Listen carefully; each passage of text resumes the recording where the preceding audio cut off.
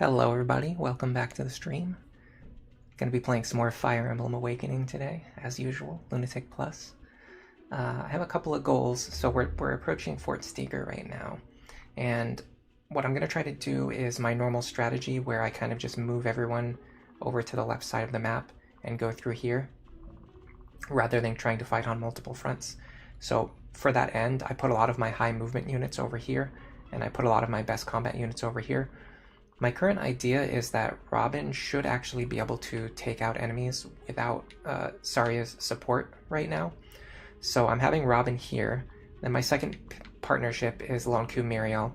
Then my third is going to be Cordelia with Stall, who can just barely reach her on this tile. That gives me 3 attacks.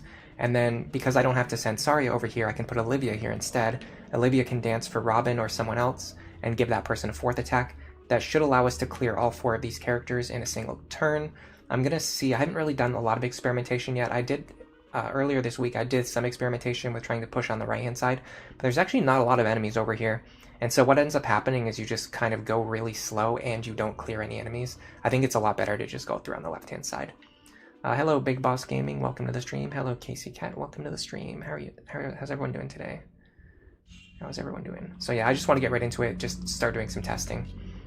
So one of my ideas is that Cordelia,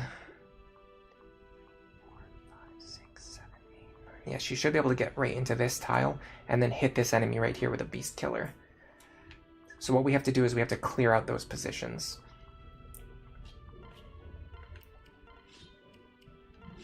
So I'm going to see if Muriel can pick up one or both of these kills, or one of these kills anyway. This one right here is going to be a pain, because they have very high resistance, and my best attackers are all magical attackers. Let me see if I can get... I don't think I can get Lisa far enough over there to rally magic. I'll see if I have to. If I have to, I'll do it, but if I don't have to, I'm not going to do it. So it looks like we're a little bit short on damage. That means we need a dual strike from Lonku here.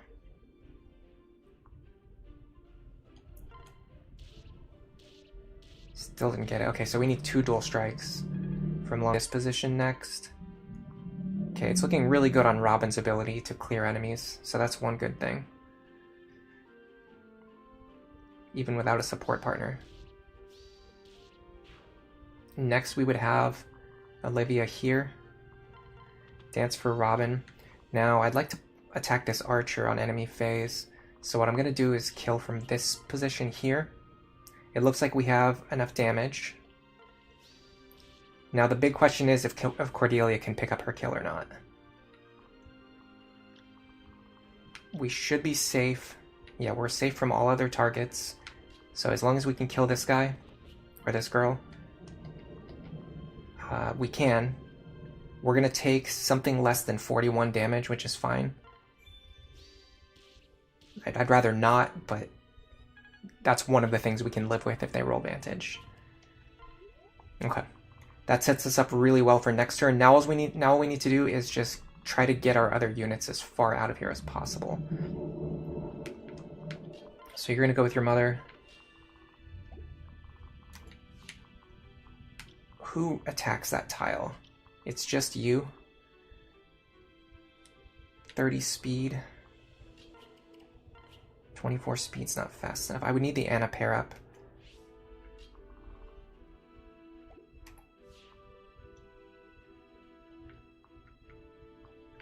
How much speed does Maribel give? 4 speed? That's pretty good, actually. With 4 speed, I would have 27. I won't get doubled by this enemy. They won't one-shot me. Can I damage them at all? 43. I can damage them. I'm not going to kill them, but I can at least damage them. Alright, so let me try this. Then I'm going to rally magic for you.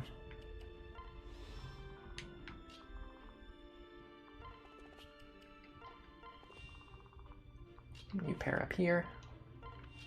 Now we do want Frederick to be paired up with Crom at a certain point in time, but it doesn't need to happen right now. Everything right now looks pretty good to me, actually. Just start getting everyone moving over.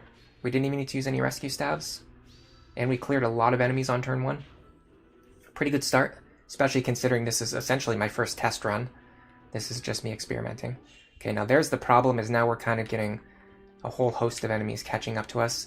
The thing that I learned, though, from a lot of my previous runs and a lot of my previous attempts is that these characters here in the middle and the bottom right side, if you just send all of your units over up here through the left, it takes a long time for these guys to catch up to the rest of your party. And you can just essentially just get away from them. We are going to have to deal with this enemy, though. That is the one concession that we need to make here. And I'm not sure how we're going to do it. Frederick coming in clutch. Tricky Burrito says, Fire Emblem 8's system is good in theory, but most lines have a better path. Yes, that is a really good point. That is one of the things. So I liked Fire Emblem 8 when I played it for the first time. And I still like it to this day. I still enjoy it. But one of the things I notice now when I go back and replay it is that most of the class lines, even though there's like an A path and a B path, usually one of them is better. So it's almost the same as not really having a choice, because if one choice is always better, then there's just not really a choice. Good morning, Mr. Bushranger. Casey Cat, your fingers are very sore, so it hurts to type. Oh yeah, I've been in that exact same situation before, especially during the winter. Bushranger, you beat this map a little while ago. You found a strat that lets you get the thief on turn 1 and then kill all the reinforcements by chilling in the starting area. You kill the thief on turn 1, that's pretty awesome. It's very different from how I do it, and I'm not the type who likes blocking reinforcements. I'm actually the type who likes fighting reinforcements. I love fighting reinforcements, if I can. Get as much experience as I can get away with. Okay, let's see if Morgan can get away with fighting this guy. If I can heal back up, I can fight you. 26. Do I need more speed? I think I can actually get away with this.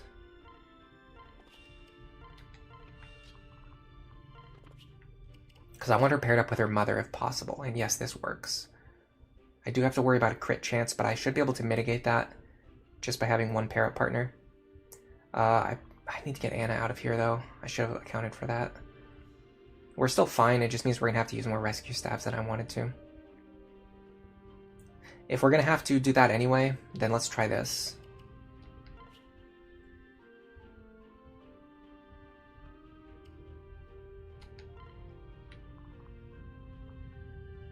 So can you rescue Anna from here? No, you have to go over to the right 3 spaces. That actually brings you too close to the enemies. So that's not going to work. So you are going to have to rescue Anna.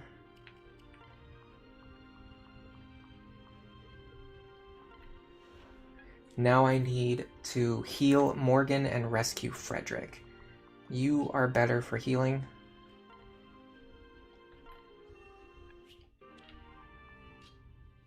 Your range is 8. 1, 2, 3, 4, 5, 6, 7, 8. Okay. I can rescue Frederick here. I can even go one more tile over.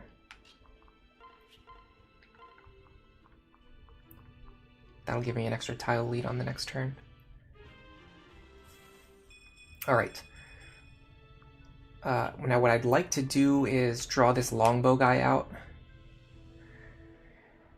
He's going to deal 41 damage, and I can't do it with any of my flyers.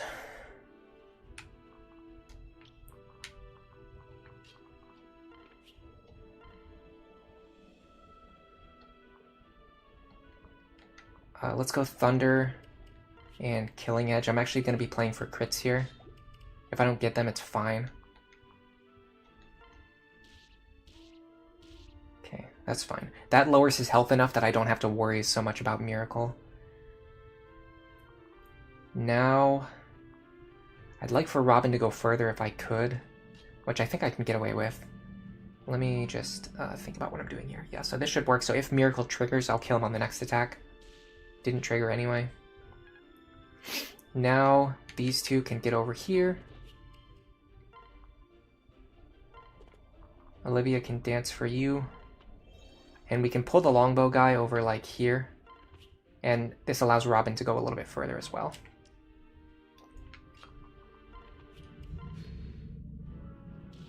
Okay. Hello, Synthelius. Welcome to the stream. Awakening really did the reclassing perfect. Nobody feels too limited, but everyone doesn't have access to everything. Yeah, for my personal opinion. So I did a while back. I talked about this in my Fire Emblem tier list video, but I didn't really like Awakening when I first played it. Actually, it took me a while to warm up to this game, and I used to think that Fates like really just fixed or improved on all of the systems in Awakening. And so at that time, I felt like Fates was my favorite reclassing system. But now that I've started to really love Awakening and I started to appreciate like everything this game does, I think Awakening is my favorite. I think it's actually better than the Fates system. Fates is good in the sense that you get to do a lot of interesting things. How do I want to say it? Making it so that your friendship and marriage allows you to expand the class sets of the first generation is a really cool idea. And it's definitely one of the best systems. But I feel like limiting every character to only having one, like, basically one main class and one Heartsteel class. So, like, how do I want to say this? So in Awakening, Virion has 3 classes, right? But if he was in Fates, he would only have 2 classes, and then he would have to get his 3rd class from a friendship or a marriage. And I really don't like that. I prefer for the characters to have their own, like, stronger identity, like 3 classes that are specific to them. And then Awakening's, like, 2nd generation, having, you know, opening up so many options, and it makes the 2nd generation feel so different from the 1st generation, as opposed to Fates, where the 1st generation and 2nd generation just kind of feel the same. And in fact, the 2nd generation feels pretty underwhelming in Fates. Alright, so if we go 1, 2, 3, 4, 5, 6, and we stand right here, we can get away with killing this guy next turn. Get a nice, juicy bump of experience for doing so. Mend you back up to full. Now, the question is, can we get Lisa out of his range? And I'm pretty sure we can. But let's move our other characters first. Okay, so if I can, I would actually really like for Muriel to be the one left standing here. She has to be able to take 42 damage, which she can. The question is, if this longbow is going to hit her, what is she going to be left with? If I can dodge it, that would be nice. Or if I can just kill this guy before he can do anything, that would also be nice. Okay, so now she can fight the tomahawk on enemy phase. That puts us in a position where if we can get Robin set up correctly, we can sweep a lot of enemies this turn on the right-hand side, or at least draw out the guys with the longbows. So what if we did something like hammer, silver bow, longbow? And then we will also have to we don't have to consider the threat of the tomahawk if we stand right here.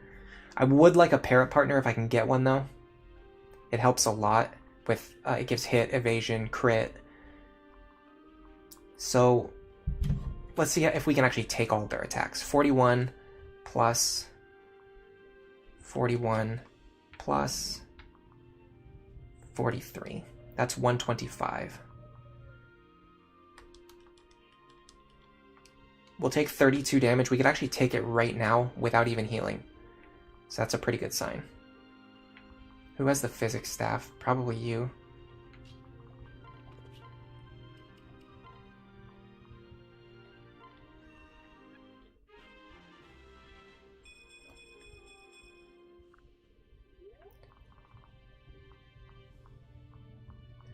I can't get away with dropping the characters that I want to drop. Crom can't quite get to where I want him to be either. Okay, what if I do this?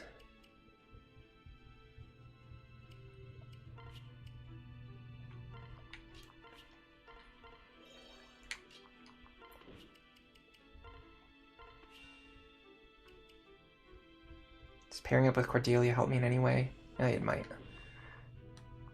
So this is just going to make it so we're more likely to dodge some of those attacks. Honestly, could we take... What is he, a tomahawk user? Could we take this attack too? 31. I'm pretty sure we can. I kind of calc that we're going to be pretty much fine. Relying on our old Crom pair-up that we've been using since, what is it, chapter 1 or something? Silver Axe. No counter. He's got 25 speed.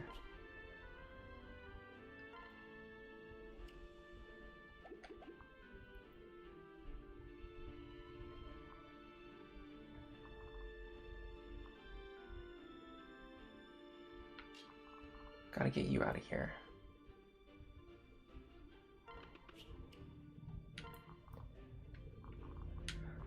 Yeah, I'd like to pull this guy this way if I can, and fight him on a little bit on enemy phase.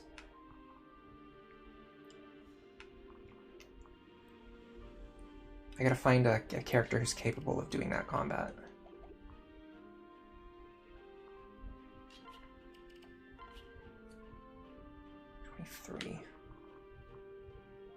Okay, we won't get doubled.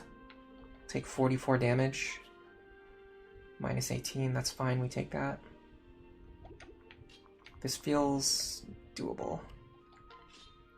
In fact, yeah, I don't want to deal with weapon triangle disadvantage. I'm just gonna use Elf Under here.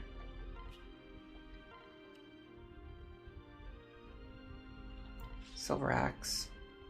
We can get Stall right behind us just in case. Okay. Oh, we actually don't know damage.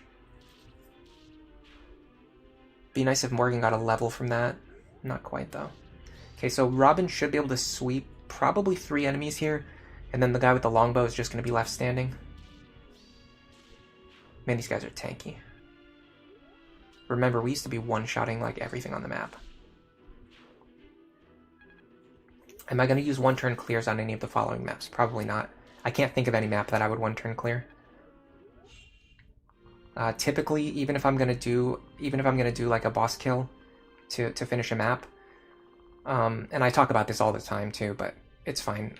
It's an interesting discussion. Typically, if I'm going to boss kill a map in order to end it like in a single turn, it's not going to be on the first turn. It's going to be like on turn 4 or turn 5, whenever the reinforcements spawn. Basically, that's when I'm going to do it. Speaking of reinforcements, I have to look up the reinforcement orders for this chapter.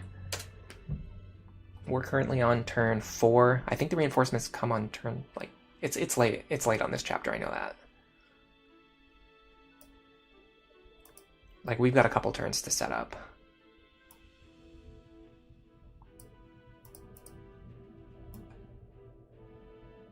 Yeah, we have until turn 8 before we have to worry about reinforcements, so we got plenty of time to get up there.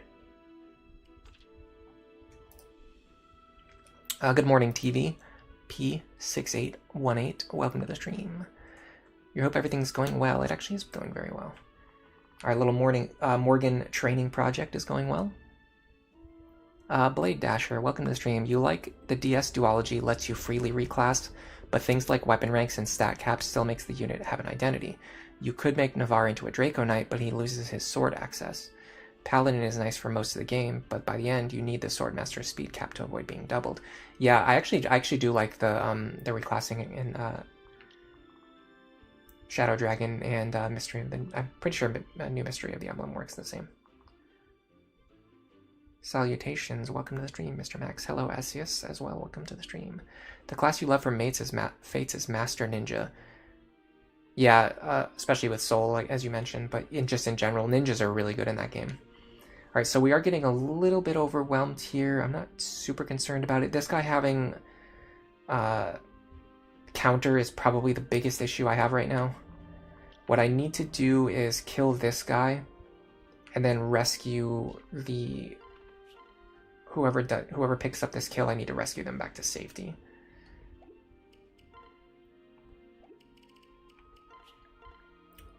Yeah, we're gonna need to... How do I do it? 26. I doubt stall hits for enough. I really don't want to have to use... I don't want to have to use 2 attacks. I would strongly prefer if I can do it with a single attack. But I don't have anyone strong enough. guy's counter. I don't want to enemy phase him. We can enemy phase you. You. We can player phase you. The problem is I'd actually like to block this guy if I can. So let's do this. We're going to take a shot from the archer. It's not a big deal. Okay, that should block these two guys relatively well.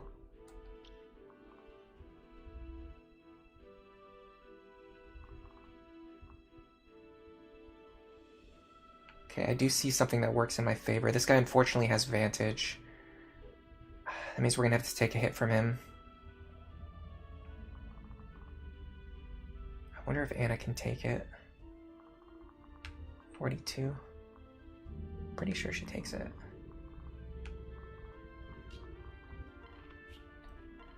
Okay, what is Long Q's damage against this guy?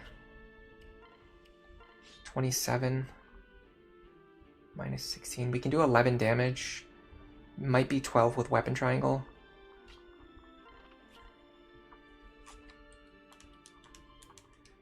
Okay, we just need one dual strike here. Okay. Miracle there would have kind of screwed us a little bit.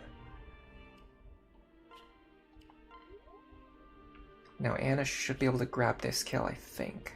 In fact, we might even be able to get Morgan up there. Because this guy has counter, we're not going to be fighting him.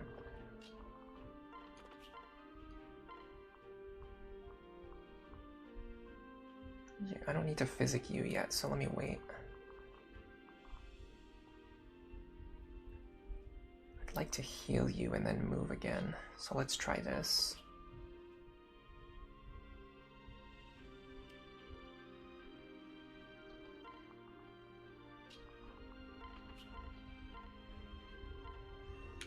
Now Olivia can move here because this tile is going to be safe after Morgan attacks.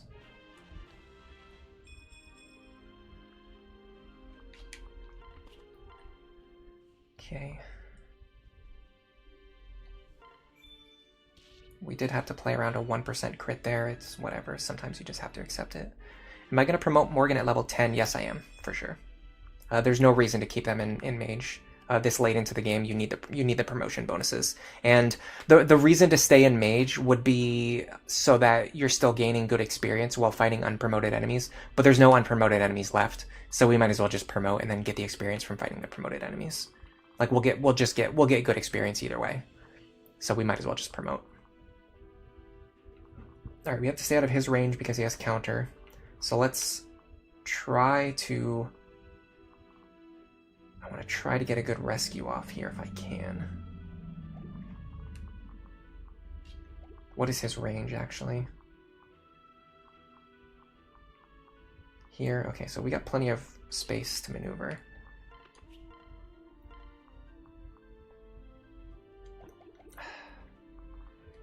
Is it fine to pull them further back? Like over here instead?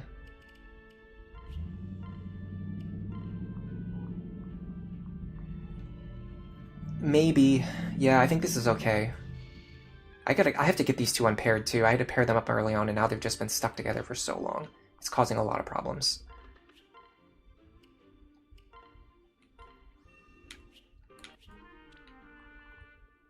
Okay.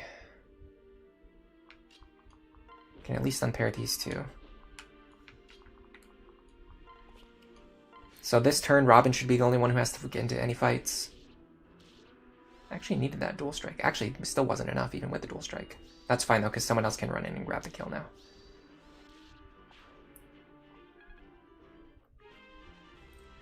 Hello Haunts, welcome to the stream. Good morning. You've been getting into Lunatic Awakening. So far it's pretty doable. Treating it as a normal Fire Emblem game and training up an entire party of units. Yes, this game definitely has an unfounded reputation that I think I've done a pretty good job at helping to kind of clear that reputation and get people to understand that this game is very, very playable. Alright, Morgan here works. Pick up another kill, and we should be ready to promote, if not now. Yes, okay, perfect. That's spot on. So we can promote next turn. Look at these level ups, by the way. Oh my god, these have been fantastic level ups. You almost can't even believe how good those level ups have been. Alright, what I'd like to do is get Robin to start clearing some enemies on the right-hand side, actually. So that I don't have to deal with them later. If I could get Robin up to this square, I would love it.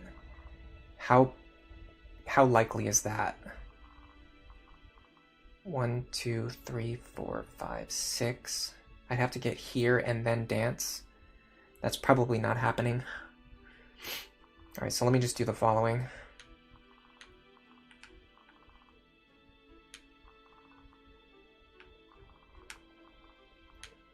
We'll just do this tile here. Although, actually, because this guy is counter, should probably take him out now. We'll just worry about the other guys next turn. Because this thief's not going to attack us, he's going to open the door. Alright, you... I should be able to deal with.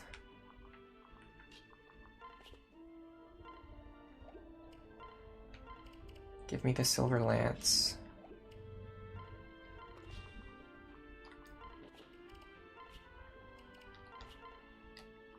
Javelin is better, okay.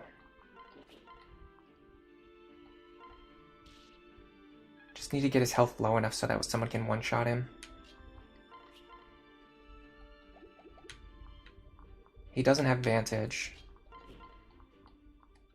In fact, I don't even need to one-shot him. I can just have Muriel take him out now.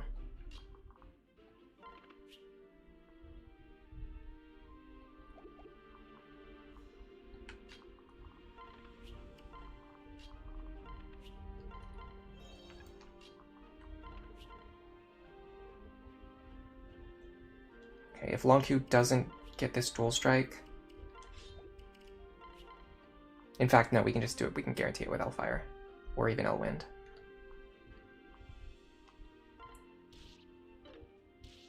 We would have missed the dual strike too, so it's a good thing I did that. Alright.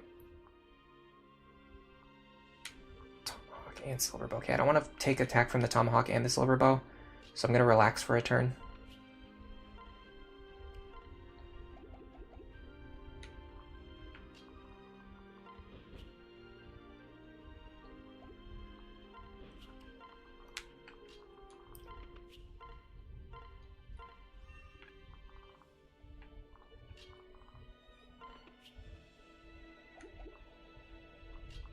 And in fact, I could heal, but I'd actually rather use this action to unpair these two, so I have 2 healing actions next turn. And in all future turns. Alright, we're on turn 6 now. Is this turn 6 or turn 7? This is turn 6, okay. So, no reinforcements this turn, no reinforcements next turn. The turn after that, we're going to get swamped with reinforcements. I'm not super concerned about the thief. I just need to get someone up here within like a couple of turns. What I would like to do is... Can I get Robin to the position that I want? The answer is yes, I can. Okay.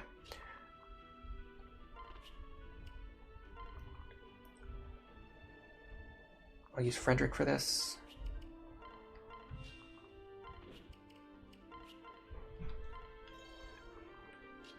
Anna.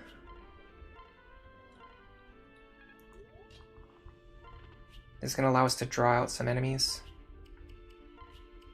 Now, I would actually like it if the longbow guy was pulled further to the left, but it's just not going to work. Excuse me. What's the game plan with regards to the reinforcements? So if you set up in this room over here and block these 2 staircases, you can very easily just fight the reinforcements who come out of these stairs on the right-hand side. And you get a ton of experience doing that. As opposed to the alternate option where you just, like, try to not fight the reinforcements. And it ends up causing, like, you end up just... If you don't fight the reinforcements, you're giving up, like, probably 5, 6, or even 7 levels worth of experience. It's just not what I would like doing. This guy doesn't have pass, okay. This guy's going to be a serious problem, though.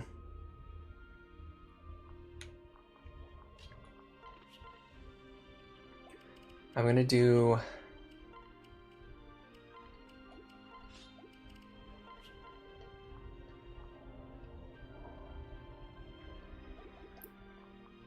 do something a little bit weird.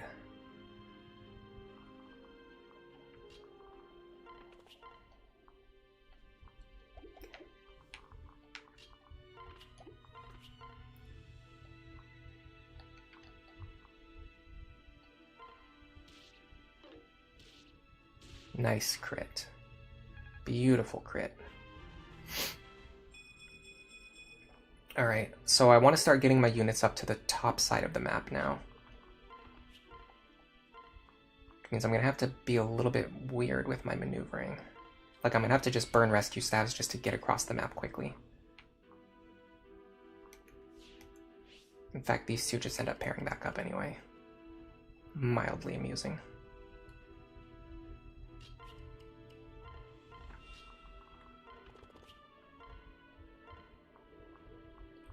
I want to pull these two back over as well, so that I have them available next turn. Now Morgan should be able to enemy phase you. Very comfortably, yes. Okay. So now is the time to promote. Here it is, friends. The thumbnail has come true. Time to become a sage. You wish that, hello Nodot, by the way, you wish that Fire Emblem 8 had tier 3 promotions. For some reason, I've never really liked tier 3 promotions. I don't know why. I'm not saying they're bad or anything, it's just something that just like doesn't, I don't know, it just always feels weird to me. But it's probably just me. Hello Nightcab, welcome to the stream. Alpha C, welcome to the stream. How's the run going? It's going pretty well. We're just getting our Sage Morgan, and I kind of want to talk about why we're doing this, because on the last run, Morgan ended up being a little bit disappointing, because I believe I sent them over to Dark Mage immediately as soon as I recruited them. Either that or I promoted them right into Sorcerer or something like that, and they just ended up not really contributing, like, for most of the run. And I think what I've noticed is that with Robin, you have to go through a very specific class line early on, because those early chapters are so difficult. And it requires you to use those specific classes to get through those early chapters, those early difficult chapters. But with Morgan, it's not really like that. You can kind of do, like, you can train Morgan a lot more casually because you already have a completed team. Like, our team can already beat this map with or without Morgan. We don't need to send Morgan into this map to win. So the only reason we're sending Morgan here is to train them. And so what you kind of conclude from that information is that you can take the extra time to go through Mage, get Magic +2, and then go through Sage and get Tome Fair before you go into your final class. And it makes Morgan have a much higher ceiling than Robin, even in a no grinding context, like with how we're playing right now. All right, you two up here. So we should be really well set for next turn now. Oh, beautiful crit. Phenomenal crit. Oh, and that guy moved into a pretty good spot, too. Okay, that's fine. Oh, I actually didn't know we were going to draw him out, too, but that's fantastic. And we got another guy to move over, too. Okay, cool. This is turn 7, so there's no reinforcements this turn. What I'd like to do is clear as many enemies as I can right now before the reinforcements start spawning. And then I need to get my other units over here in positions where they can block the staircases. This guy is going to be a little bit of a nuisance, but I think I can enemy phase him again with Morgan. I can just continue doing what I've been doing. Yeah, there's no reason why we can't just take this enemy phase. So let's see where we're going to end our turn. Here. So Morgan goes here. Do I have any healing items? I do, actually. I'm going to take a healing item. The reason is because I want to preserve the actions on my other units who actually need to do healing.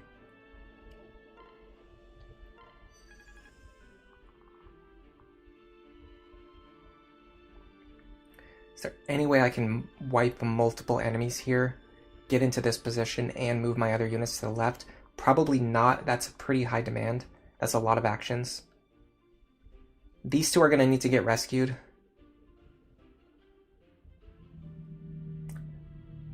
But I should be able to...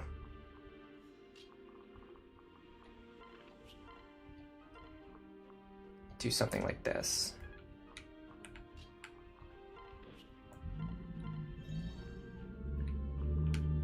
Can we heal her back up to full? Okay. I want to pull one or both of these Valkyries out. I think I can take you 39. Oh yeah, that's child's play. I can take that. I'm gonna go for crits again. Okay, so Morgan is gonna be fighting this archer. Muriel's gonna be fighting this Valkyrie. I'd like if I could pull the other one out somehow, but I'm not sure if I can do that. I don't know if I can guarantee that that will happen the way that I want it to. Robin needs to start clearing enemies over here.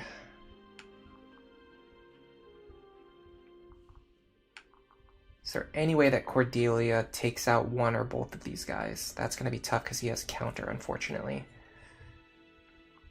What about you? So Cordelia...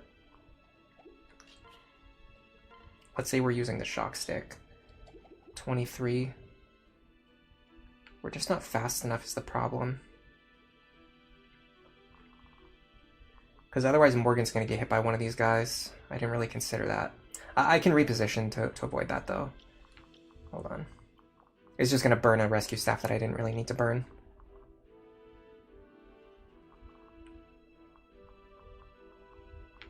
Yeah, okay.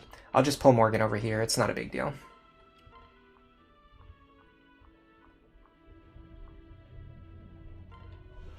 Robin's not going to be able... So what I really would have liked to get Robin, like, up here. In fact, I think I can actually do that now. If I'm okay with ignoring the longbow, let's see what we can take from the attacks up here.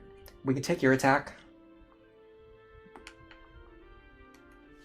I actually really like to take this one right now if I can. I don't know, the Killer Bow Luna is pretty rough. What if we do... Where do you reach? Here. That's perfect. So what if we do this?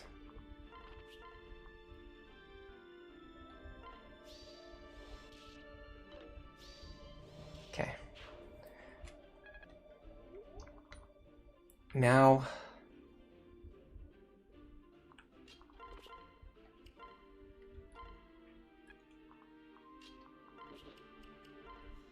start dropping my other units so that I have a bunch of actions available next turn. Alright, we should be okay here. That's fine.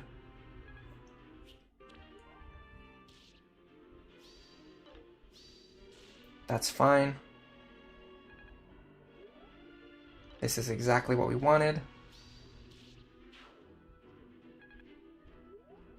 And this is exactly what we wanted. I think we might actually have another turn to clear the Valkyries on the left. I'm going to check in a second here. Oh, perfect. He actually moved out on his own anyway. Okay, we've got a ton of freedom here. We're actually like a turn or even maybe 2 turns ahead of where we were on the last playthrough on this like at this point. Like it took us, I'm pretty sure I remember us barely getting up to this rim in time. Right now we have a lot of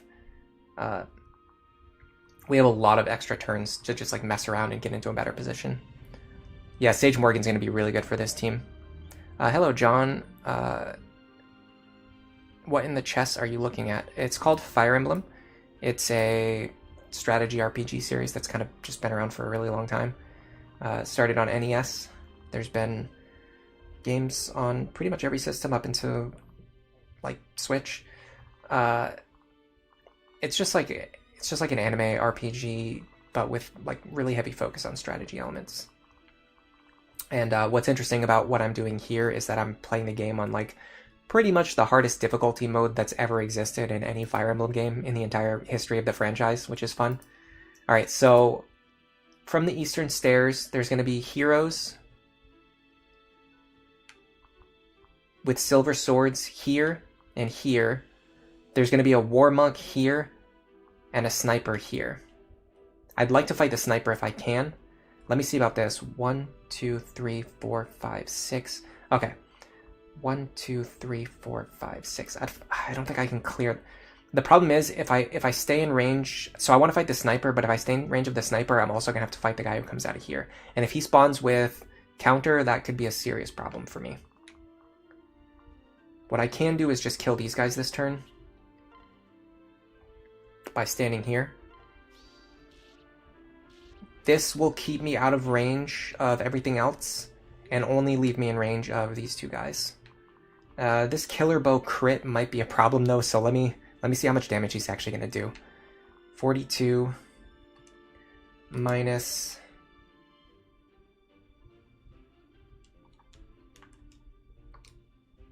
He's going to deal 25 damage. If he crits, that's 76 damage. I just die no matter what. Okay. So I just need to like not get crit here basically. That's the only thing I can really do. And because he has counter, I couldn't really player phase him either. So I just destroy myself with counter. There's nothing coming from these stairs this turn, so we're not really in a rush here.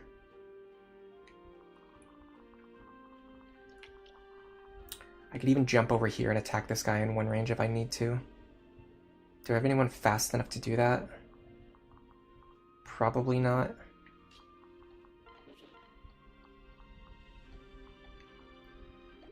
See, the problem is I don't have anyone fast enough or strong enough. Let me focus on these guys over here then. He has advantage. And my accuracy is terrible for some reason. I don't know why my accuracy is so bad. I mean, the stall pair up will help. I think Levin Sword is the play here. Yeah. And just enemy phase this guy again. So let me stay out of his range. I'd like to actually heal Robin if I can, though.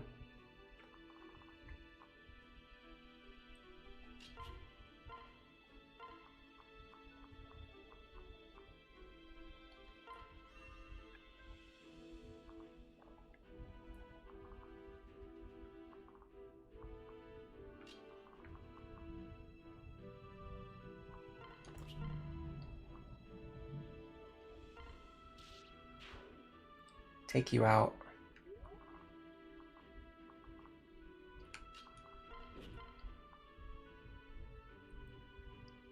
Fred's accuracy is a lot better. Let me just...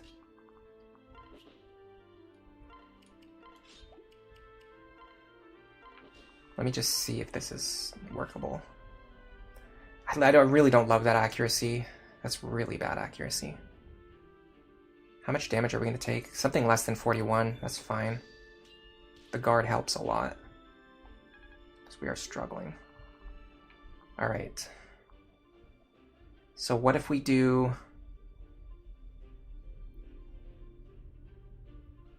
You should be fast enough, right? Yeah, you're fast enough. What if we do something like this?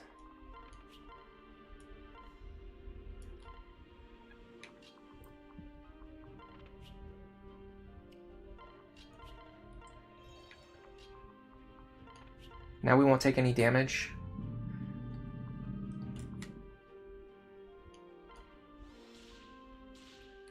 Play for crits. If you don't get them, then we just have Anna pick off the enemy.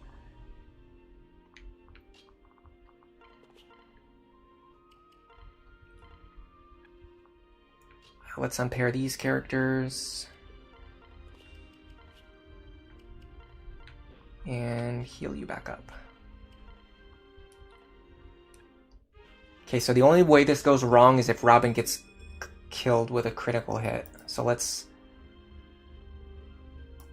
You're pretty sure a crit is impossible from the killer bow with 43 luck and 10 dodge from a pair partner. Man, I wish I had one action left.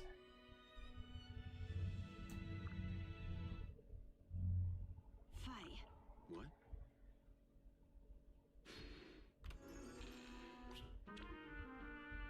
I wish I could change the turn the combat animations back on so we could see what the crit chance is. I think you're right though. I think his crit chance is actually 0, which means we're not actually even at risk here. I thought we were at risk, but we're not even at risk.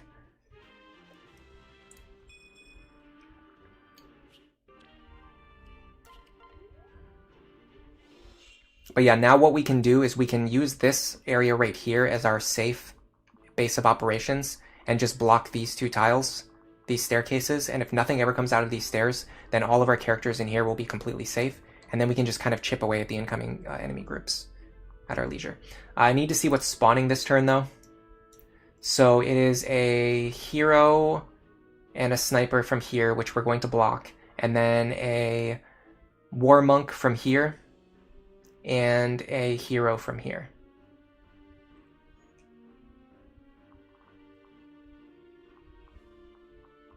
Interestingly, this square right here is actually completely safe.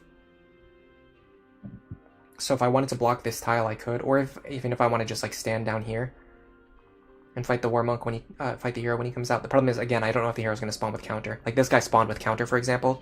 So if we had stayed in range of this sniper in order to fight this sniper, first of all, we wouldn't have even done very much damage because he has Aegis. But the other problem is we actually would have dealt 43 damage to ourselves, which would have been pretty bad. In fact, with 43 damage plus the 8 from him, that would have been exact lethal. That would have been 51 damage. So we would have potentially died if we didn't get some lucky dodges, crits, or vengeance procs. I don't have Nosferatu available right now either, because for some reason I have Saria holding it, even though she's paired up with Morgan. Oh no, they're not even holding it. Oh, so that means it's in the convoy, which means I can actually get it. I can get it from the convoy. Ooh, lucky. Okay, so if I need to do Nosferatu here, I can get away with that. Problem is a lot of enemies here spawn with counter. Because a lot of enemies with spawn with counter, I think I'm just going to have Robin kill the most dangerous thing around here, and then I'm going to rescue them back to safety. In fact, then I can even dance for them after I rescue them. If we're doing that, then it might actually be better to focus on killing these two. No, because I have to get rid of you. Plus, I have to consider that there's a guy with the tomahawk's coming out of here.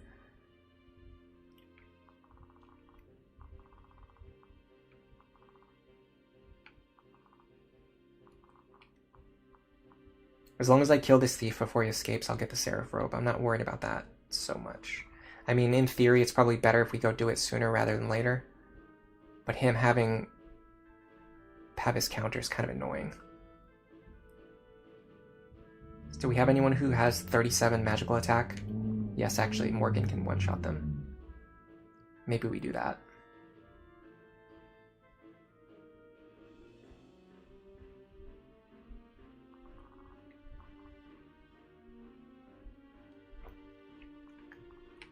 So I think what we do is we take you out, or at least seriously injure you.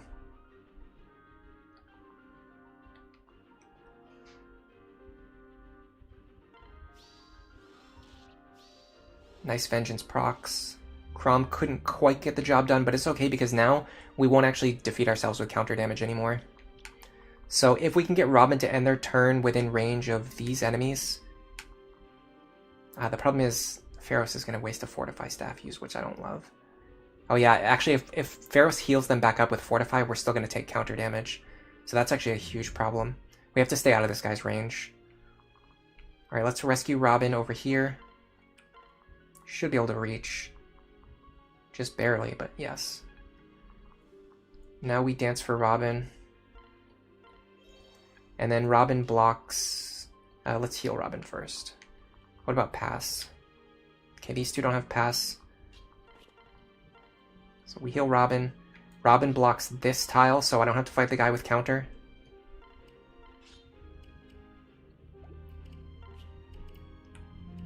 Well, I might as well train my Lance rank. Perfect, okay. I love that.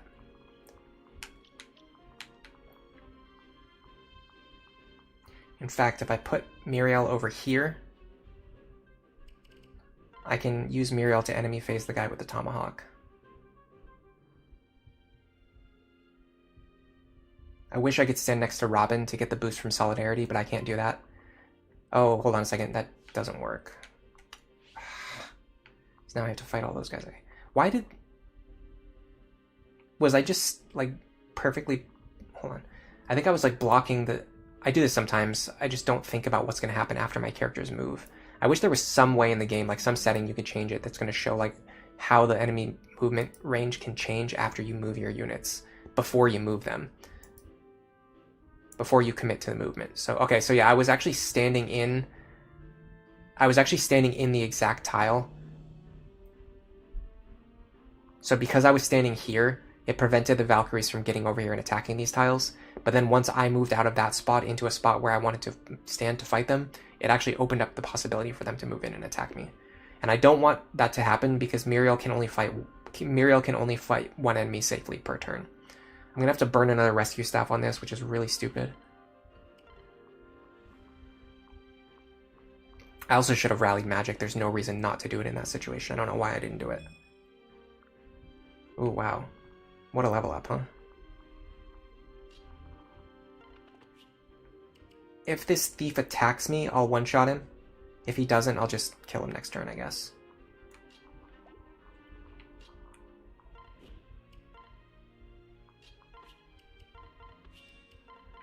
Okay, we're going to be a little bit boxed in here, more than I like being. But it's just because so many guys on the right-hand side had counter. I couldn't have Robin... Yeah, see... Fortify. That's bad for two reasons, because number one, it puts that guy up to a level of health where I have to worry about him. And number two, it means that I'm not going to get as many Fortify staff charges when I defeat Pharaohs myself. But the good thing is, because they did it early in the turn, they're actually not healing the enemies after they fight. They're only healing the enemies before they fight, so that kind of works out for us too. Hello, Myora. Welcome to the stream. You like limited customization with personal skills? So, more like Fates then.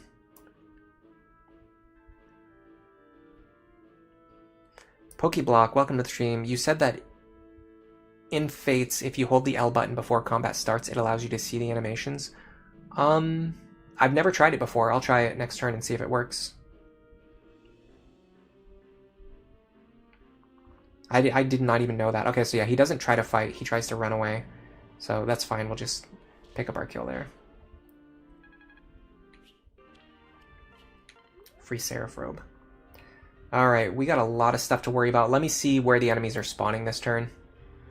Actually, not a lot to worry about. There's only a guy spawning here, and the one here won't even spawn because there's already an enemy standing there. So the only thing that's going to be spawning this turn is a hero from this tile. So we do not need to worry about reinforcements this turn. We can just worry about clearing as many enemies as possible and setting up to be into positions to fight, to get combats off.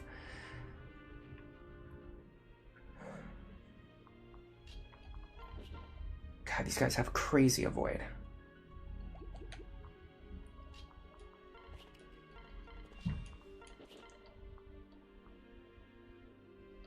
I need to be able to deal more than 32 damage here.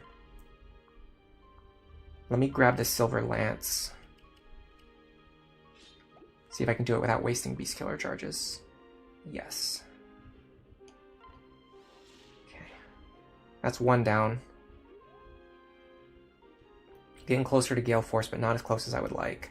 Okay, no counter here. Yes, counter here. That's a problem.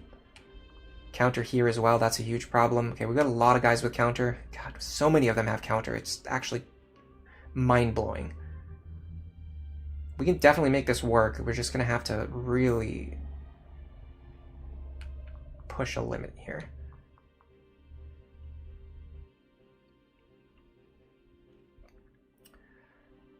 I think what I need is for...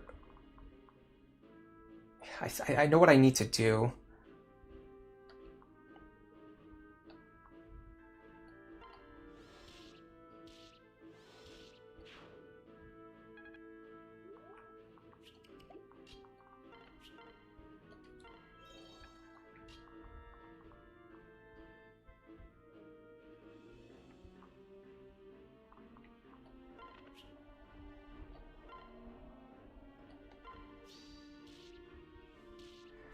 Okay.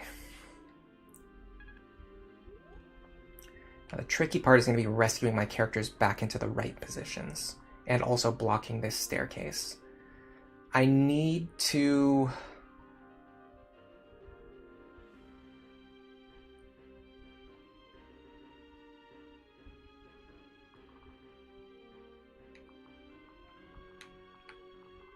Okay, this archer is the only one who targets these squares over here. The problem is this hero can reach pretty far.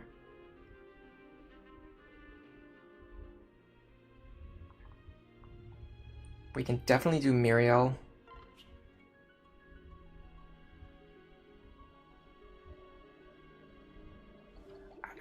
I need to have someone blocking this tile who can actually fight this hero.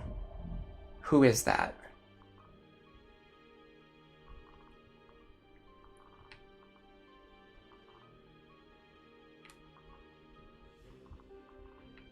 So because I'm running out of actions here. But I had to do this because if I can't break this formation over here, these three guys all having counter, they're just gonna get inside my base, and once they're in here, I'm basically ruined. I know I still have some moves here. 24 speed, that's fine. We take that. Yeah, okay. So this.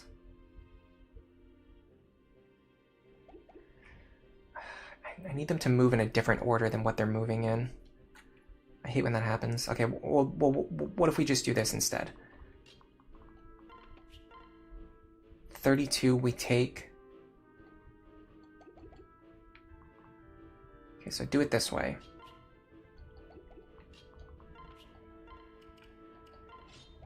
The hero who's going to spawn has a silver sword. He won't be able to attack over the wall, so only the sniper can attack over the wall. So if Muriel's here,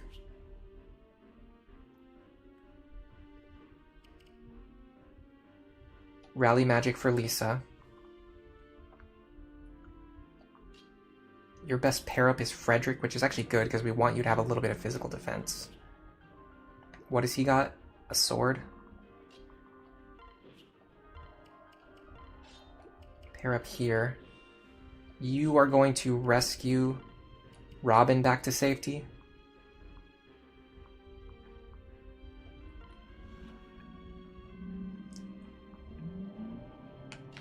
You rescue Cordelia back.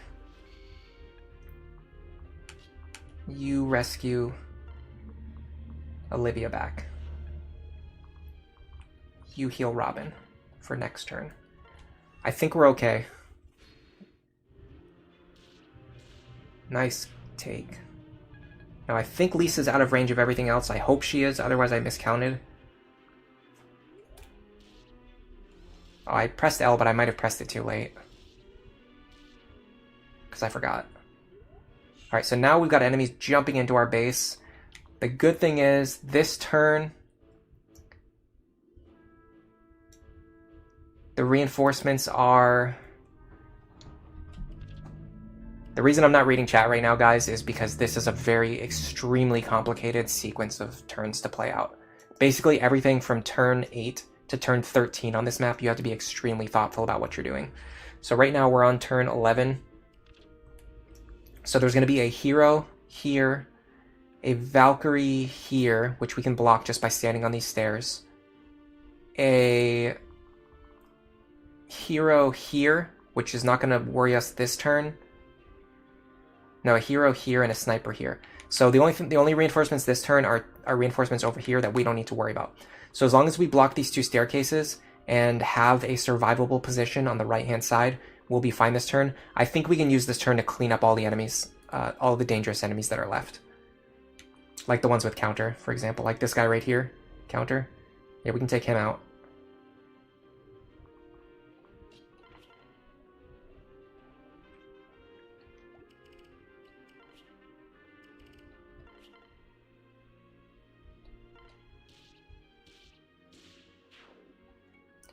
Now we're going to have Robin.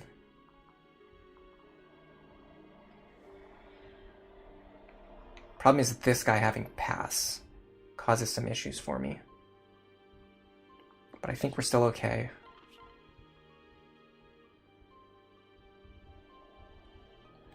What does this guy have? Nothing. This guy threatens some tiles that I'm a little worried about, but hold on a second. Yes, okay, these, yes.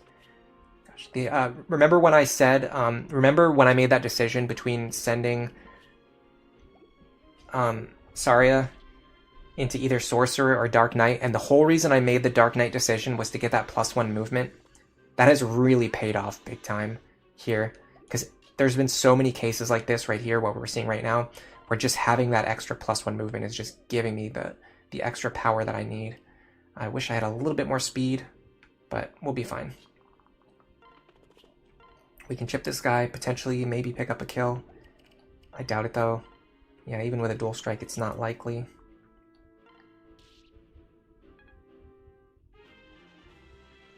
But it sets things in motion to make other kills potentially easier to set up. Okay, so we're gonna go here. Can I get into the convoy? I'd love it if I have another Flux Tome available, which I do. So I need to kill this guy because he has counter.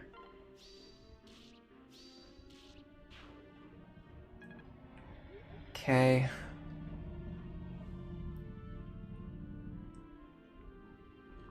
Now I need to dance for Robin. Then I need to get rid of this guy who has counter.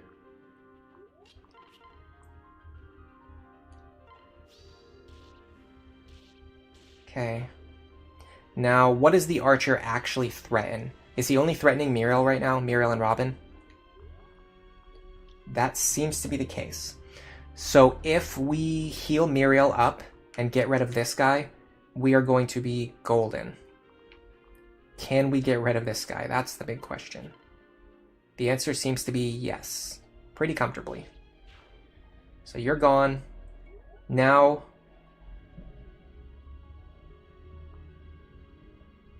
gotta be very careful about this. Heal you. Heal you.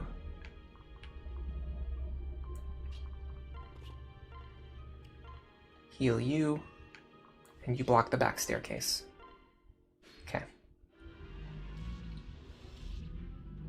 Blocking these stairs on the left is so important because reinforcements, like if you look at the reinforcement order, the enemies that spawn on these 6 tiles kind of change from turn to turn, but almost every single turn you have enemies spawning from these 2 stairs. So if you just block these 2 and then deal with the reinforcements as they come from the right, you're usually going to be fine. So this turn is actually just 4 enemies from here. So again, in fact, with these guys not really threatening me at all, if I can extend over here, so if Morgan can take 47 damage, which they can, I'd like to heal them first. They can definitely take the hit. What's the speed? 28? Speed is fine. So if I put Morgan here,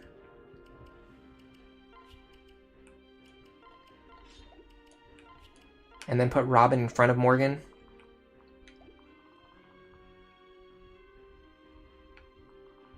no, that won't work. I have to leave space for him to get through.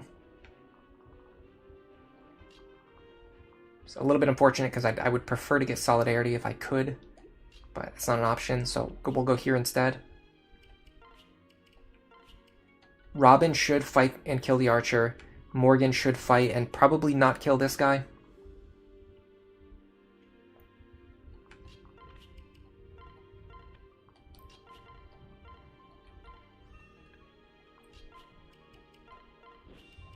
The rest of our characters can just hang out. In fact, let's do this. Keep forgetting to use Rally Magic. Yeah, Rally Magic for you. This gives us a lot of flexibility next turn, because we already have good forward positions. Nice kill. Or not kill, but... Oh, Fortify. Ugh, wasted another Fortify charge. Man, the range on that Fortify is crazy. I'm going to try to remember to press the L button again this turn. Alright, now we've probably got... I think this is the last turn of reinforcements. This is the last turn. We've got Valkyrie here, a War Monk here, a Valkyrie here, a hero here, a sniper here, and a Valkyrie here. The fact that a Valkyrie spawns from here is pretty bad, because they have a ton of movement. They can run pretty deep into our formation, if we let them.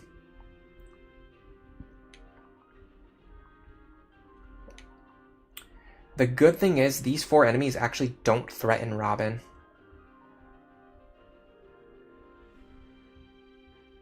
Which means if Robin stands here,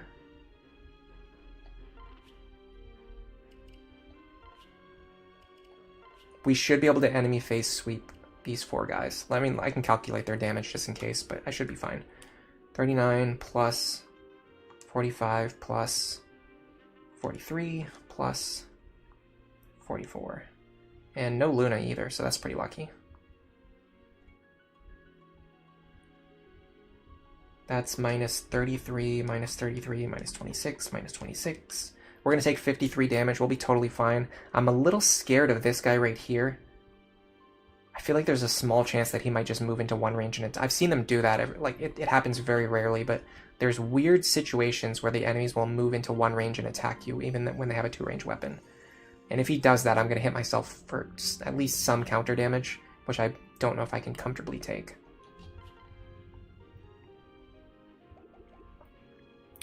Is there any chance...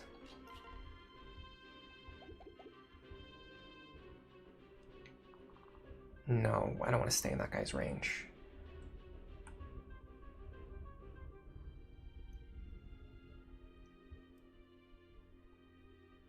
What's spawning from here?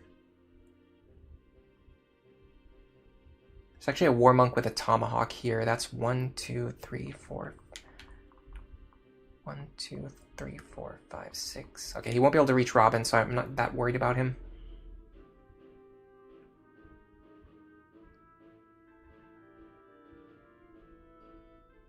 I want to get rid of this guy using the fewest number of rescue staves. I don't see how to do that without using a bunch of them. I feel like I have to use a bunch no matter what.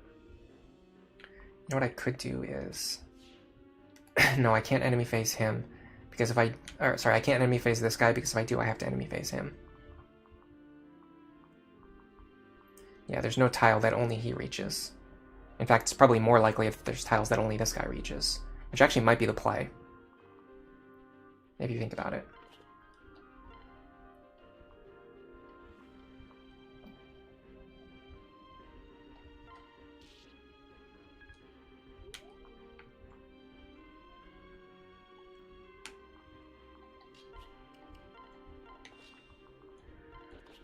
Pretty sure I just have to do this. God, is there any way I can improve my accuracy?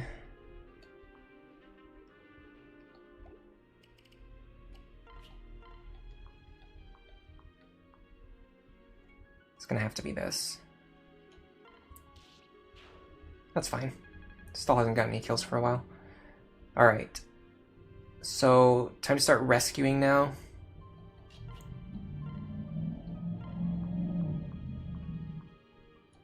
Morgan. And I'd actually like to dance for Morgan. Oh, we got Tome Fair.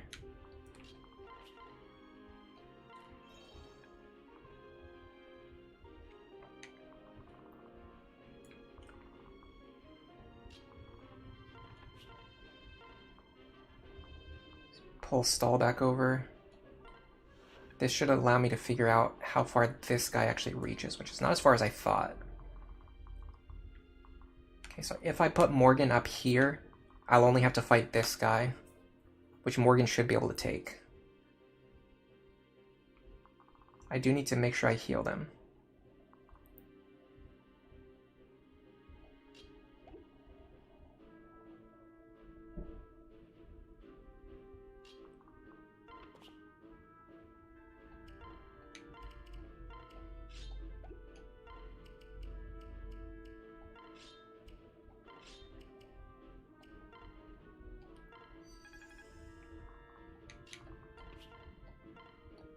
Okay, that works. Then I can also rally res. Beautiful. You two can... Actually, let's just do this. So we have more actions next turn. And... I think we're totally fine. Okay, so there are no more reinforcements. The only thing we have to fight are the enemies that are visible on the screen right now.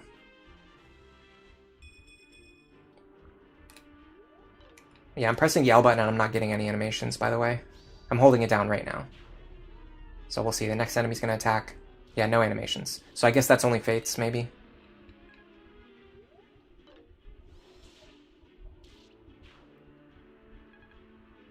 Alright. So we got 4 enemies. Let's look at our training goals. We need you to gain a couple more levels to get Gale Force. Don't particularly need you to get anything. You've just got Tome Fair, which is the only thing we needed you to get.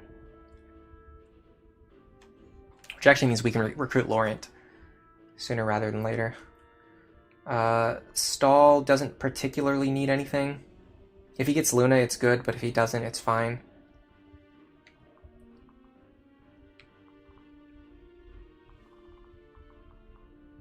Maybe, unfortunately, this enemy having Pavis Plus is going to make the one-shots kind of difficult to get. Let me see if I grab this Beast Killer, if I can do it.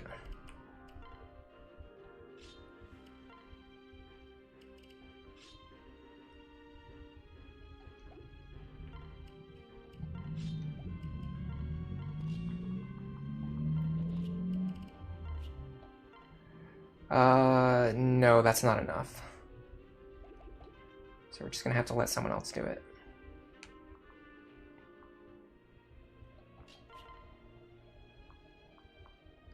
With Rally Magic, we can get this one.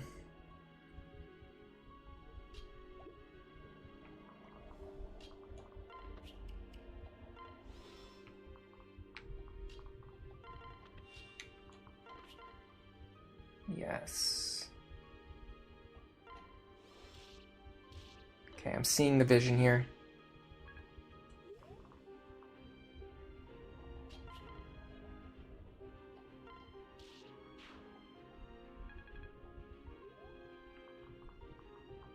Then we dance for you.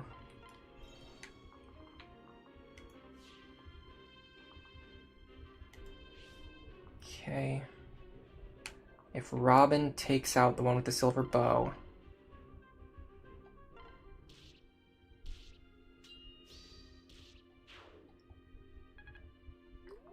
Morgan can fight the one with Rex Caliber.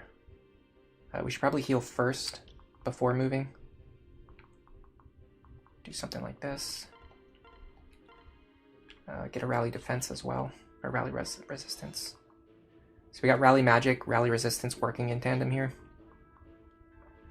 Then we're gonna go. Okay, he can't get onto the pillar, so I don't have to worry about that. Just go like this. Should be able to get one round of combat with him. And then hopefully have Cordelia fly in and get some combat done next turn.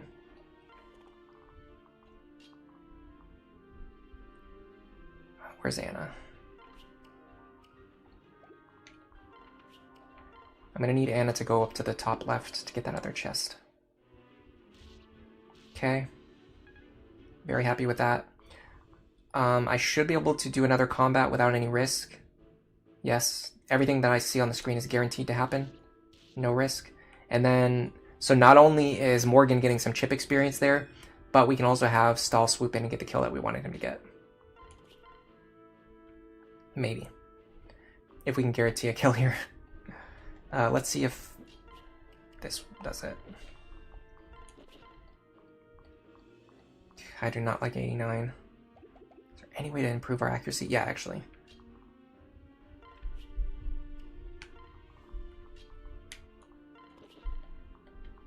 Really? I thought it would have improved it more. Okay, hold on a second. We still got Rally Luck as well. I think that helps a little bit. I can't remember. 98. Okay, I'm fine with 98. If that missed, I would have just ended the stream. I can tell you right now. That would have been a crash out of the year. Alright, you go up here. Grab this chest. Got our boots, finally. Who wants that shiny spot, you think?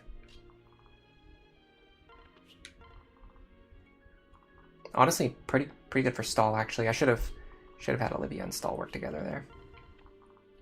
Alright, we can basically sandbag now. We can take our time, rearrange our units, read chat, figure out who we're going to try to level up fighting this boss. Yeah, Morgan is gaming. We've pretty much already got Morgan up to the level now. 32 magic. I mean, we're definitely behind Robin, but we're not behind anyone else. Like 32 versus 14, 32 versus 10, 32 versus... Even our Lisa, like our trained Lisa, only has 26 magic, compared to Morgan, who has 32. Plus magic plus 2, and is on the good way to Tome Fair. Even more... That's actually more important to point out. 32 on Morgan versus 29 on Muriel. So our Morgan is already ahead of our Muriel, other than the fact that she's a little bit slower. But we can fix that.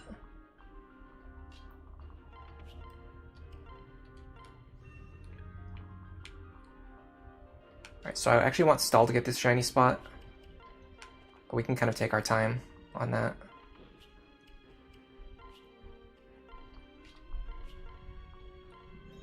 What we need to do faster is get Anna over here. And I'm probably going to have Morgan get some staff healing over the next few turns. Just got to find characters who need to be healed a little bit.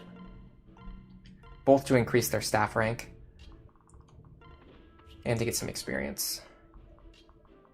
Lisa. Okay, so Stall. Because if Stall can get this, that kind of gets him a little bit of a chunk closer. Unfortunately not, we just got those two lovebirds talking to each other. I hate when they do that, when they're already at max support.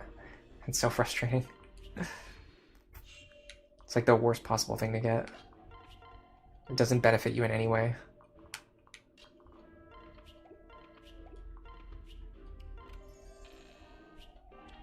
Alright, sorry, I said I was going to read chat. Let's actually read chat.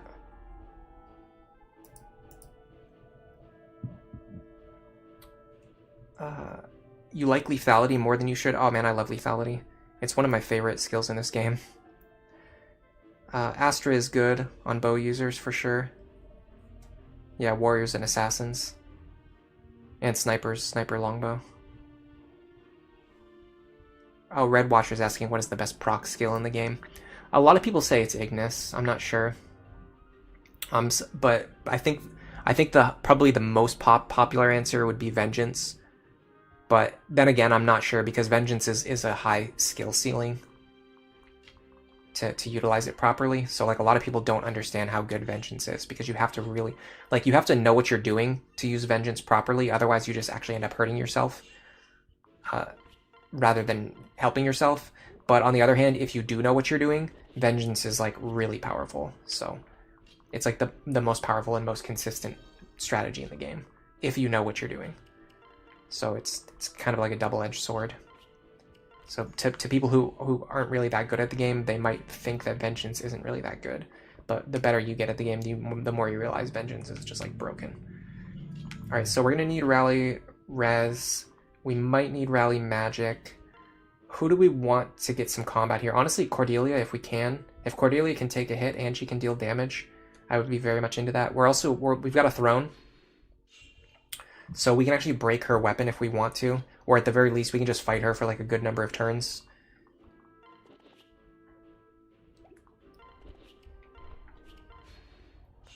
So let's just do Rally Res first. And see what happens. So Stall can deal 16 damage at most. It's actually going to be more like 14. She can deal 14, she doesn't crit. Unfortunately, she gets doubled, and I don't have anything to rally speed. Man, Cordelia's low speed is really hurting me here. What's our speed anyway? We can probably get away with using like a long pair up or something though. So let's do this instead. So Lonk can deal 8 damage, he can't crit. We don't get doubled anymore. We take 30 damage, we deal maybe 8 damage. Yeah, so this is good. This is really good. So what I'm going to do now is, I don't want to get critical hits, so I'm going to be keeping my support chains away. I'm going to rally magic, rally res, stand here with a javelin equipped.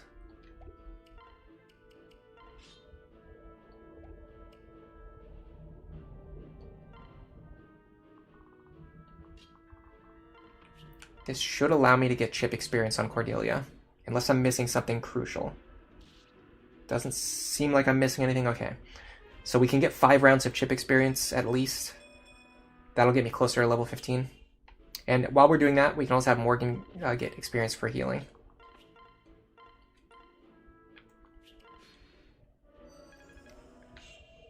And the boss heals back up, so I'm never going to run out of combats here.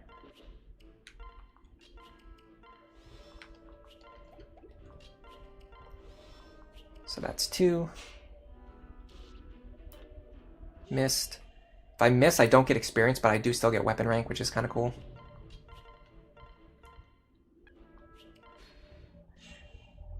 You think Renewal is better than Soul on Lunatic Plus? Honestly, Renewal is actually a little bit underrated. Yeah, I don't know if it's better than Soul, but it's tough to say because the value of Soul is very difficult to measure because you don't actually see what when it actually activates. It's not something you can actually be aware of. So it's just it's very esoteric to get an understanding of what Soul is actually doing for you.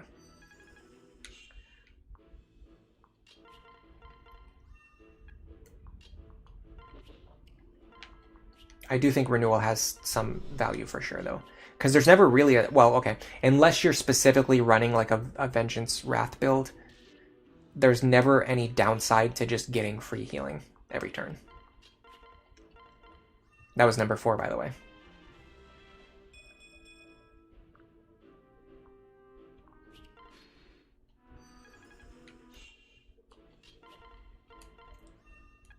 Number 5.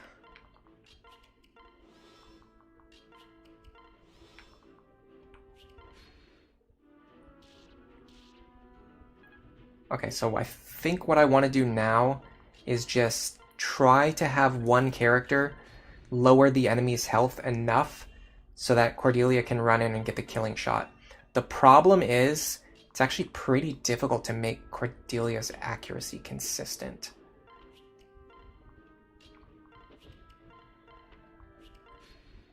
In fact, Lonk might even be the best partner for this, because he gives... No, never mind. Swordmaster doesn't give skill. I thought it did. Where's Stall? Problem is, this Great Knight doesn't give it either. Do I have any classes that give a skill bonus? Wow, okay. Interesting. Alright, we'll just use our para partner then. And what accuracy can we really reasonably get? Not that high, in fact. It's like 60s. Ugh, God, this is kind of gross. How can I safely guarantee this kill for her? I guess we rely on Long Q still, so we don't get doubled. So we would go like this. We can grab this the Beast Killer. Where is it? Give her the Beast Killer and the Silver Lance. Okay, so if we can get the boss down to like 40 HP or like 20 HP, man, our accuracy is trash. Okay, it's fine, but Robin's going to be up there, so that's something. We need to make sure Robin doesn't kill the boss, not Morgan. Morgan's going to get destroyed if Morgan goes up there.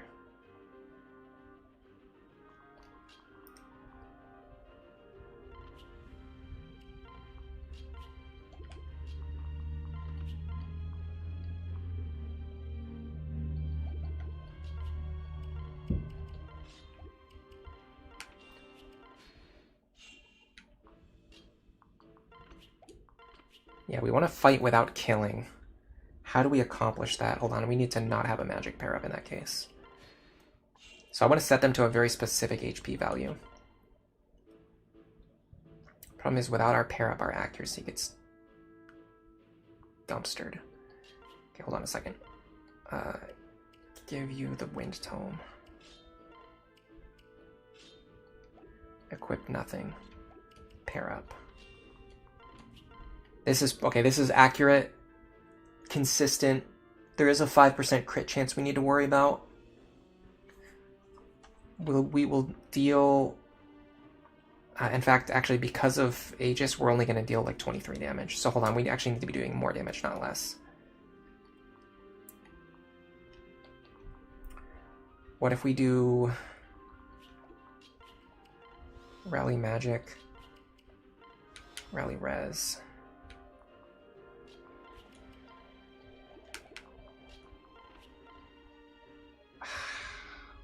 Oh, hold on. Don't stand next to Crom.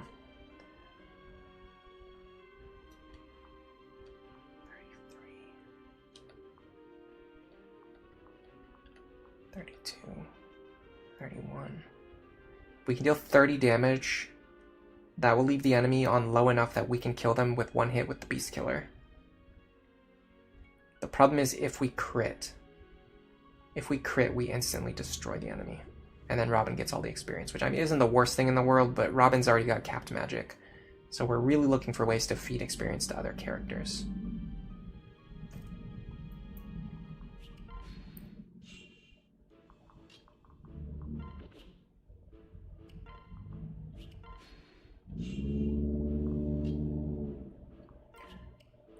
So we want something like...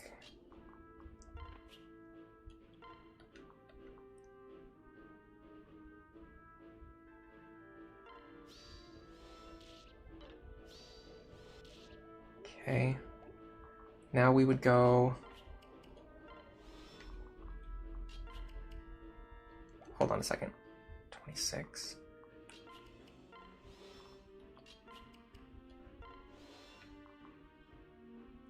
And then if we miss, we still have rescue staves available to pull Cordelia back out. Oh, that accuracy is just not good. Charm boosts characters within 3 tiles, right? Yeah. So we're getting the charm bonus, it's just not a lot. We could have Stall stand next to me to give me extra support so that my hit rate goes up.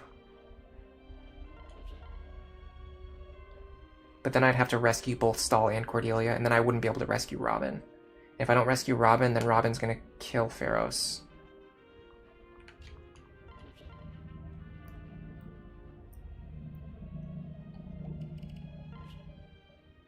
Don't need Lonzu to attack.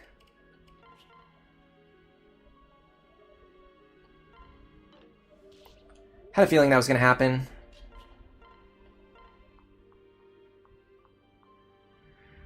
Here's the question, are we wasting a rescue staff on Robin here?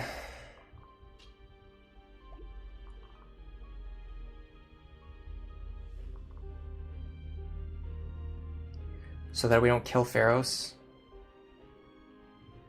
Well, they're gonna get throne healing before they attack us, right? So I think we're fine. I think we're okay here.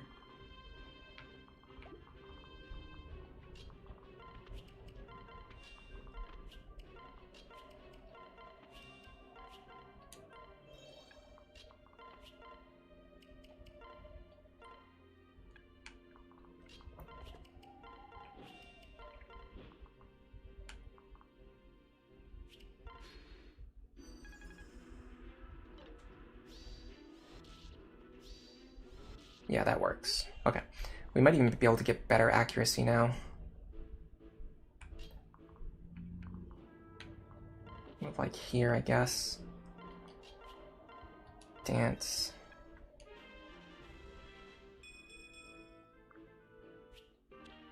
I don't know if special dance triggers in that situation. I know in Fates it works that way.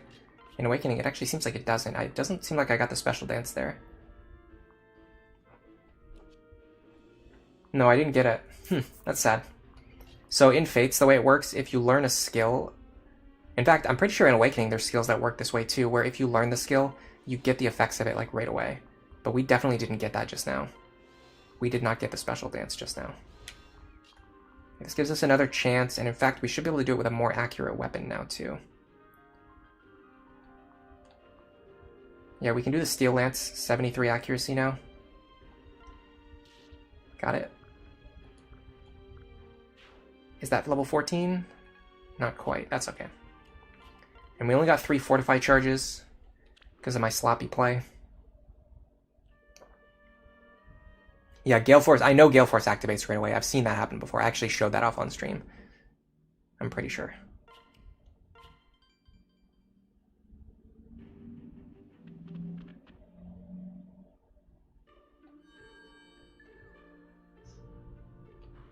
But it's interesting that Special Dance doesn't activate right away.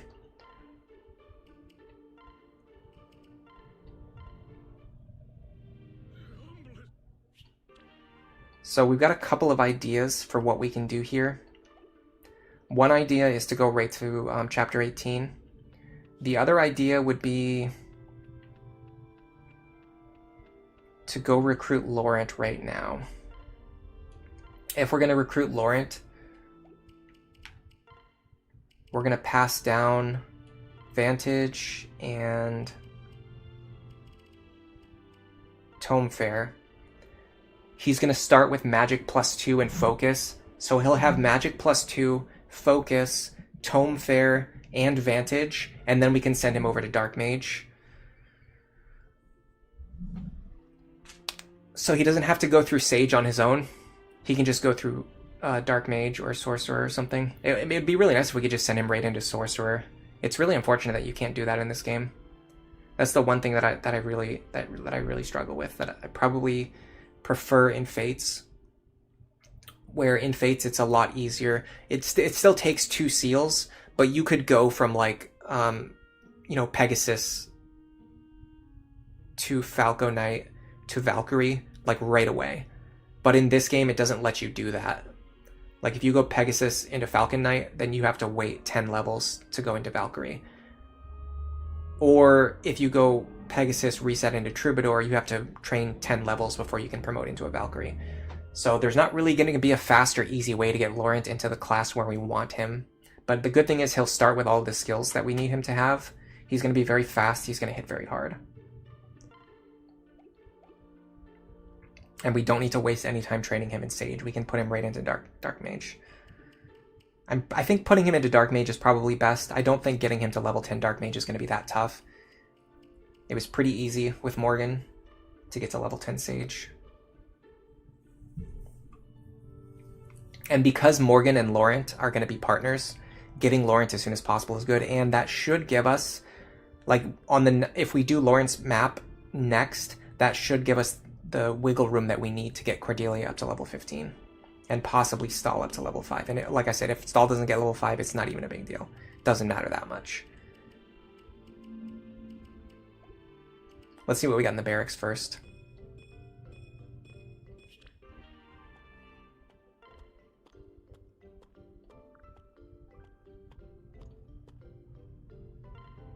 The Dark Knight costume is really cool, by the way. Yeah, TVP, that's exactly what I was thinking. Get Morgan's support partner. It might be a good idea. It might be a good idea to do Laurent first. I have to... Actually, I'm pretty sure we checked and we confirmed that the levels in this paralog were pretty much the same as the chapter we just did. Maybe I'm misremembering.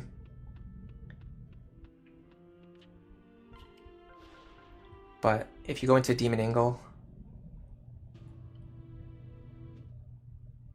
Yeah, Laurent with Morgan's a really good pair up. So the enemies here are like level 5 to level 7 promoted. And then not to mention, Yanfei is like crazy overpowered. He's practically an endgame boss. So level 5 to level 7 promoted. But if we go here, the enemies should be... Oh wow, yeah, level 20 unpromoteds and only level 3 promoteds. So yeah, this is a really good... This is a really good direction to go.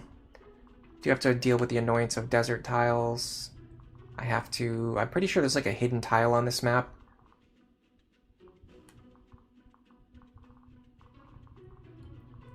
I don't think this chapter is particularly difficult, though. I should be able to get Laurent without much trouble. So let's see, if we were going to do this, let's think about how we're going to accomplish it. I'm leaning towards doing an inventory shuffle, but maybe I'll just see which characters I'm bringing with me first. So we're definitely bringing Long Q and Muriel. We're definitely bringing Cordelia and Stahl. Very likely we need to bring Robin, Saria, and Morgan. That only leaves us with 5 character slots. We need staff users. We need more staff users than just Morgan and Muriel. So we should probably bring Lisa. Because it's a desert map, Libra makes more sense than Maribel. Olivia is nice to have always. Probably, I would say Frederick for mobility, and then another staff user. Which I think Anna has better desert movement compared to Maribel. I don't remember what kind of movement tricksters have in the desert. We can find out. It is definitely limited, but she can at least move 3 tiles compared to a Valkyrie, which I'm guessing probably only moves 2 tiles.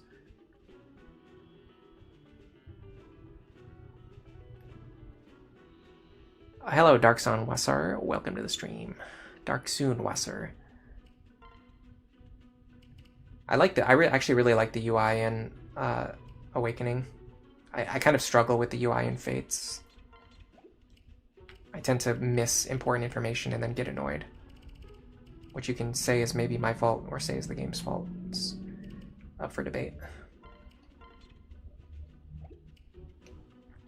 I'm definitely running low on rescue stabs, but I might have some in the convoy. I do... Okay. Problem is if I give Morgan one, it's not going to leave very many to restock the others.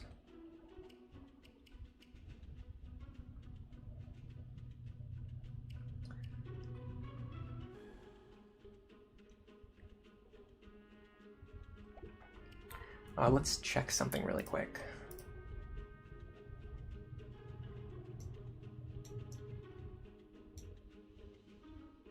I'm on the list of chapters right now. In fact, I'll link this for you guys. If you want to look at what I'm looking at. Skywing asks if this is the only map with a hidden tile. You didn't know that Awakening even had hidden tiles. Yeah, I actually didn't know about this either until like maybe 3 years ago, I think. I was talking about just like doing planning and testing in my Lunatic Plus grinding file. And someone mentioned that there was a hidden tile in this map, and I was like, I had no idea. Like, I did not know. I've been playing the game for like almost a decade, and I did not know about it. I think it's the only one. Tricky asks if I'm unable to buy more rescue. I can. I'm really lazy. I don't like going back to the map and shopping. I should probably do it though, so let's just do it.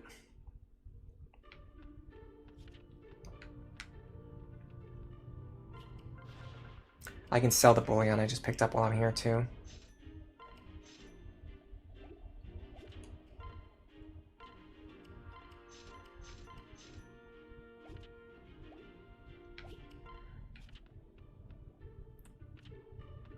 What actually is in the shop that we just accessed?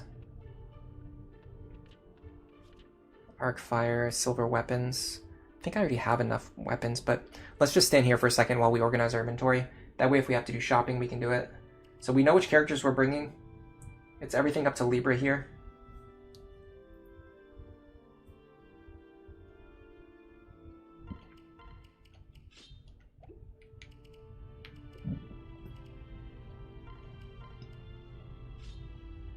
Start restocking our rescue stabs, and then figuring out if we need like to buy tomes or anything.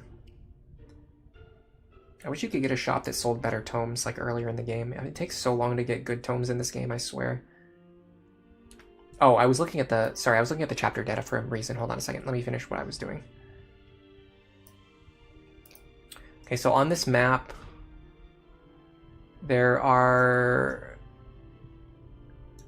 The only enemies weak against effective weapons are Pegasus, but you really want to use bows against them, and we really don't have a bow user. So we probably don't need to worry that much about about effective weapons. We do have to worry about reinforcements.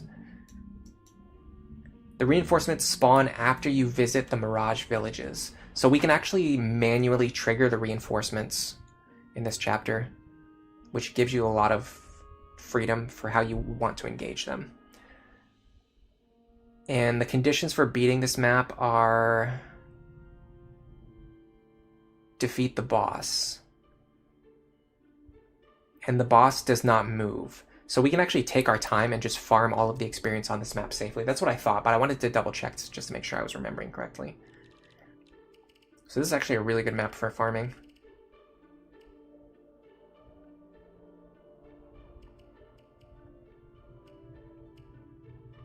Grab this Katarina's bowl just in case I need it.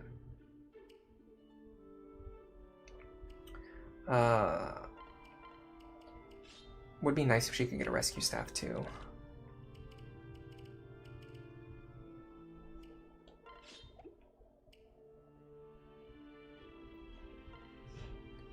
She's not going to use this bronze sword. It's actually probably better if she brings some tomes and healing items.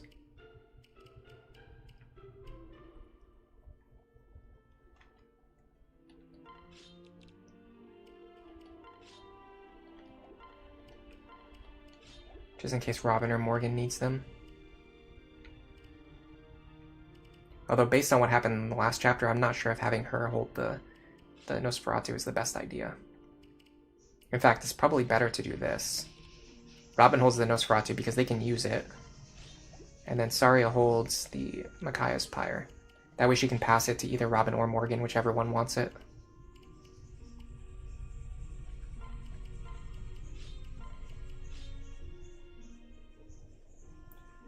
I'm probably just gonna give silver weapons to Stahl now. There's no reason for him to be holding anything less than the most powerful weapons. So I'm gonna buy him a silver sword. And I'll buy him a silver lance too.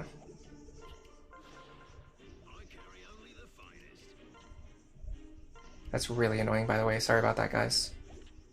I'm almost certain you can hear that. Let me drink some water really quick. My throat's getting a little dry.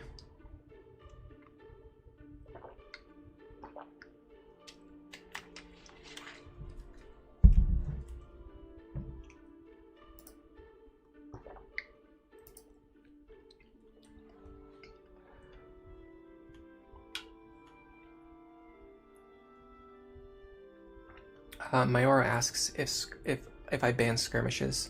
Yeah, I normally play with no grind, and that includes no skirmishes. But what's really interesting is if you want to play with skirmishes, they actually are beatable. I want to make some videos about that too. I want to make videos showing like how you can actually beat the skirmishes. Like, some people think that they're designed to just be like completely unbeatable, and they're not really that bad. Like, they're very difficult. But if you have like a well-built team, you can fight the skirmishes, and that's a way where if you don't have access to like the DLC chapters with like infinite grinding, you could use the reinforcements on that spot, or you could use the skirmishes that spawn on the world map as a source of training, or even just like a sort of just like an enjoyment thing, just like playing it for fun. Okay, I think everyone currently has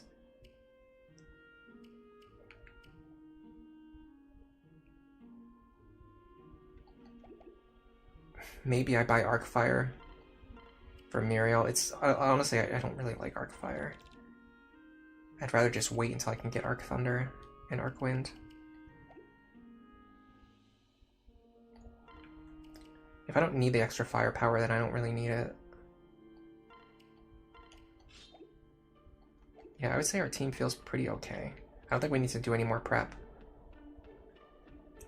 It's just a matter of making sure we actually do the map correctly, because one thing about maps like this where you can get a lot of grinding done is you can also end up losing a lot of time. Not only because you can spend a lot of time grinding, but then also you could spend a lot of time grinding and then make one tiny mistake after like an hour of grinding and then get a game over, and then you have to restart the entire chapter, which is definitely not fun. And I have to make sure I remember where Laurent even spawns here. It's been a while since I've actually done this map. Okay, so he spawns when you visit the village. But when I visit that village, a bunch of reinforcements are going to spawn.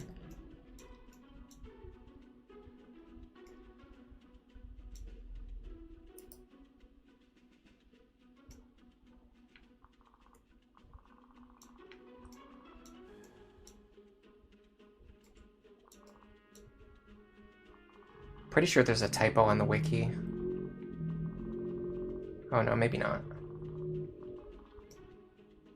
Oh no, sorry. Okay, hold on a second. Reinforcements don't spawn when you visit this village. They spawn when you visit the other villages. And then the... Yeah, where's the hidden treasure?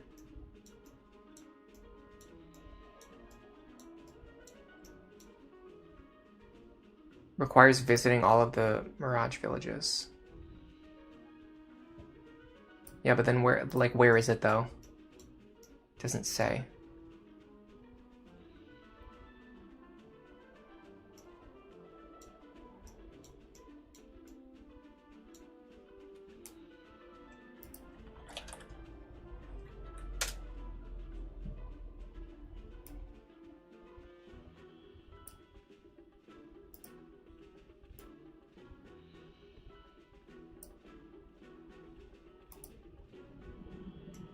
I'm pretty sure it's like a reference to like Fire Emblem 4 or something.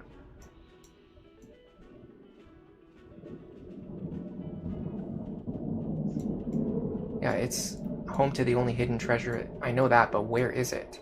The wiki doesn't say where it is.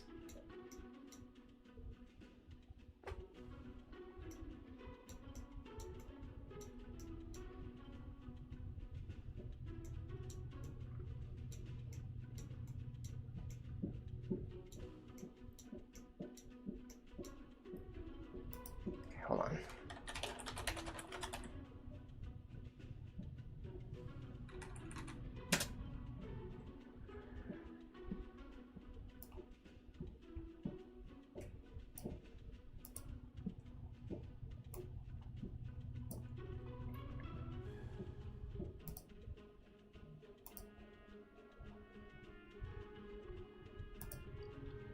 $14.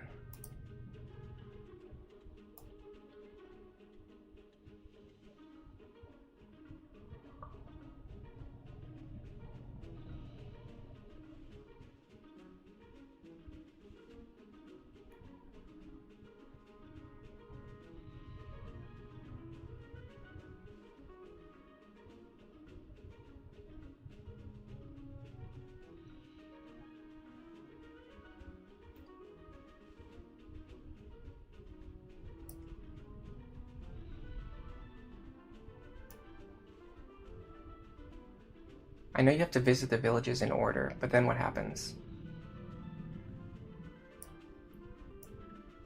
In the place indicated in the image. What place is that? Oh, it's like here? It's like here. It's like a knight's move away from the boss.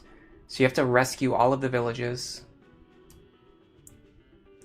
Then you have to stand on this tile right here to get the hidden item. That's so convoluted. I'm glad that Awakening doesn't have any other chapters that do this. Yeah, I'm looking at the WOD.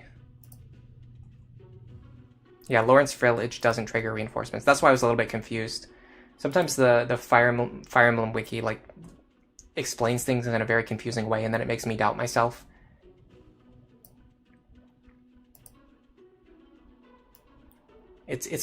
It's really good for like certain things, which is why I like using it over the other wikis. But every once in a like sometimes it just does like really like it just completely doesn't give you specific information that would be very important to know. Like it doesn't tell you about this, like how to find this event tile. And then other stuff it just sometimes just doesn't tell you, but it's not that big of a deal. Alright, so turn 1 we're gonna have Muriel probably, because Crom can't reach that village. So we're gonna have Muriel visit this village. Then we're gonna have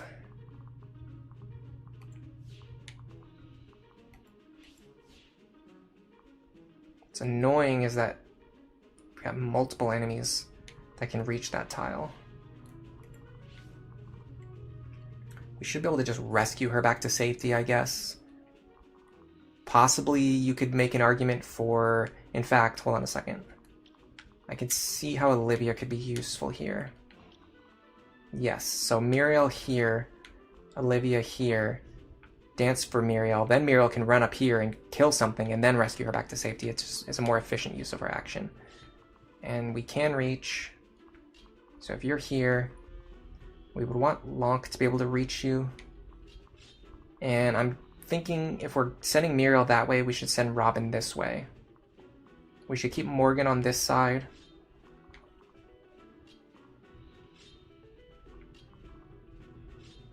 Alright, I don't want to waste my time with too much planning, because a lot of the times you can just kind of beat... Like, once you got a good team put together and you have, like, enough rescue staffs, you can usually beat the chapters, like, semi-blind. So let's just run this out. We have our opening moves figured out. So we're going to go here. Hold on. We want our Lonku pair up. We're going to go here. This should spawn Laurent. Eureka, it's you. Curious, I have no recollection of making your acquaintance, though few things are as unreliable as the human memory. Ah, forgive me. I forget that you have not met me before. My name is Laurent. Are you here in search of the Mirage Village? That is my cause, yes. Mine as well, though I fear my efforts thus far yield precious little progress. Still, an excess of evidence exists for the village to be baseless rumor alone. An assumption on your part that... Might I accompany you in your search? I feel certain that your help will lay exposed that which has eluded me alone. I worry your hypothesis lacks a certain scientific rigor, and yet there exists the possibility I'm in error on this count. So, yes, you are welcome to join us. Excelsior! I assure you I will not be a burden. There's our Laurent.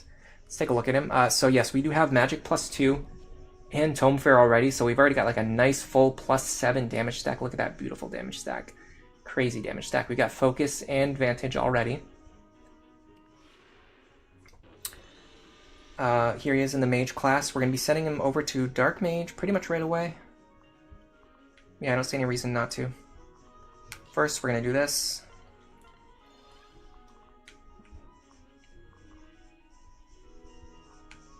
What's the most annoying thing that we need to get rid of? Probably you. If not you, actually you're way more annoying and dangerous, so probably it's definitely you. So go here. Get rid of this gentleman.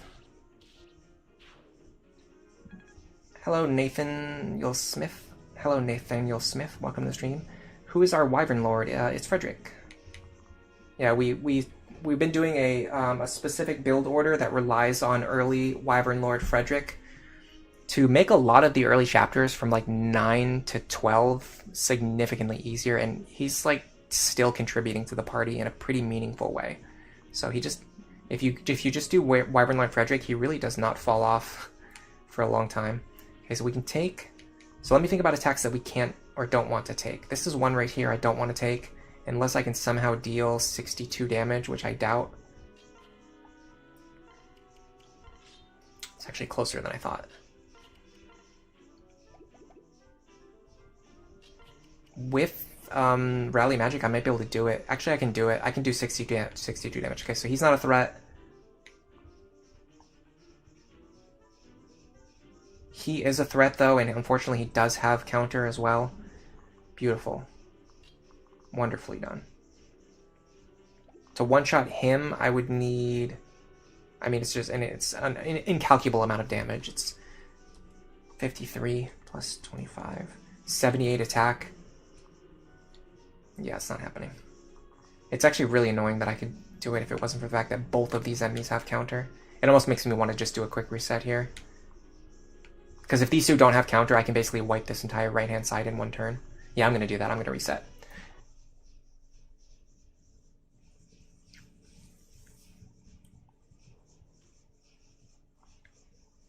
Frederick is the goat of the Jagans. Yeah, he is. Can you guys hear that, by the way? That rumbling sound in the background? My god, that is annoying.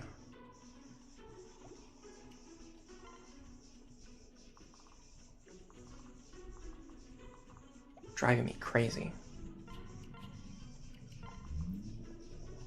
Him having counter's fine. Him not having counter is exactly what we wanted. Okay, so we should be fine there.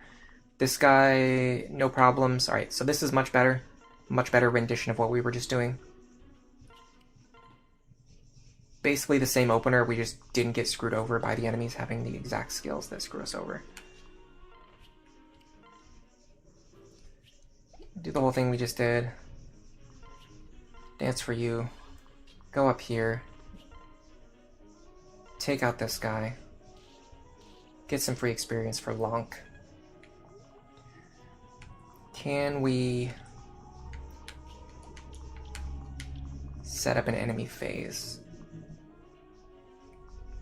I guess if we can get Muriel into this position somehow, or this one, which actually means if we rescue from here, it should work.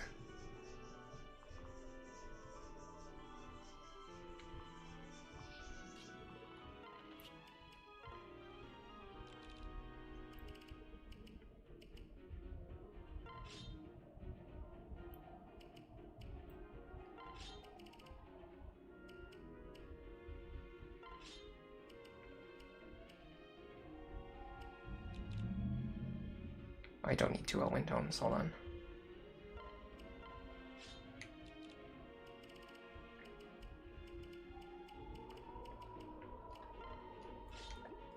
So we're going to be going over to Dark Mage right away. That will allow us to get into Sorcerer faster. We want to get into Sorcerer as fast as possible. So that's the build order we're going to be doing. Whatever gets us to Sorcerer as fast as we can, that's the most important thing to do. Because we don't really need any more skills other than Vengeance, which we get from Sorcerer. And eventually we will get Wrath, but that's going to be later on. That's going to be like after we get to the... Like after we beat the game and we go into like grinding mode, then we'll get Wrath. But we don't need it before that.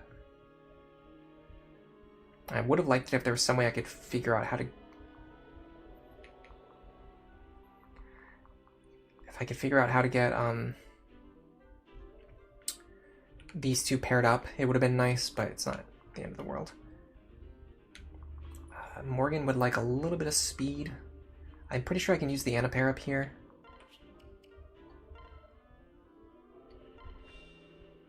And then...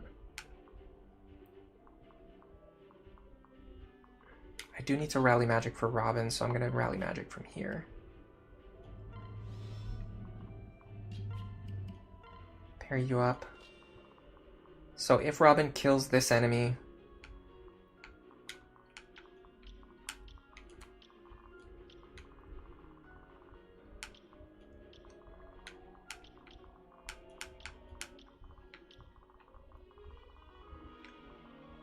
What are my odds of fighting these 5 successfully? It's 33 plus 47 plus 25 plus 30 plus 27. That's 162. Oh, give me a second. Someone just texted me. Might be important. Probably not.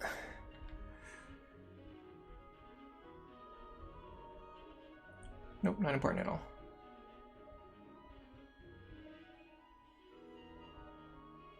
Not even the person I thought it was.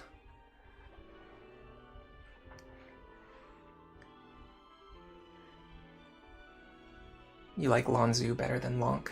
I like saying Lonk, but I also like saying Lonzu. So both are fun. I kind of just switch back and forth. Yeah, you guys can hear it. It's so annoying. It's probably, honestly, the fact that you guys can barely hear it is a little bit of a relief, but the fact is, like, for me, it's just, like, so loud and annoying. Oh, okay, so sorry, what was I doing? 162. We've got no Luna, 3 physical, 2 magic. So minus 38, minus 38, minus 38, minus 29, minus 29. We're going to take negative 10 damage. We're going to take some amount of damage. It's not actually going to be negative 10, but we're going to take a very tiny amount of damage here. Pathetic amount of damage. And we should have enough with the rally magic to one-shot this guy right here so that we don't deal any counter damage to ourselves. Yeah.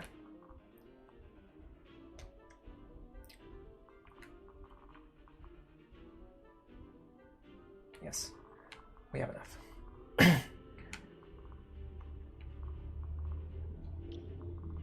33. We take that.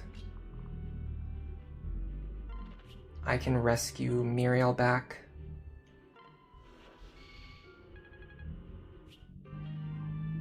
Oh, hold on a second. That just screwed me over somehow. Of course I did.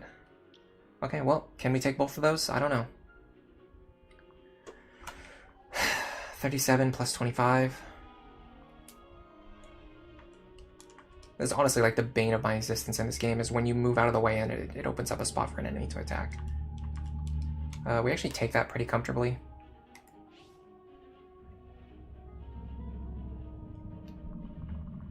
We might have to take counter damage, but I mean, they have spears, so they should attack me at 2 range.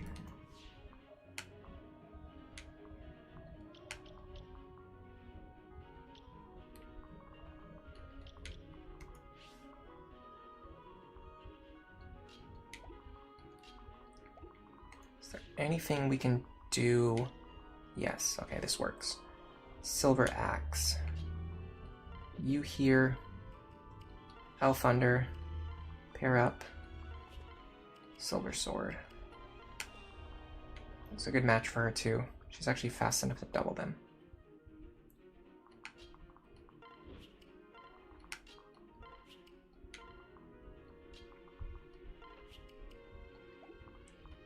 Rally here is actually warranted. We'd like to dodge and we would like to crit. Very nice. We're getting very close to Gale Force. If we can unlock Gale Force in this chapter, which seems pretty likely, that's going to allow us to potentially go right into Severus Paralog next. Which will give us even more time to get prepared for the battle against Yenfei. So yeah, we one-shot that guy so we don't take any counter damage. The main one I'm worried about is Morgan. They're in more danger than anyone else, but probably not that much danger still.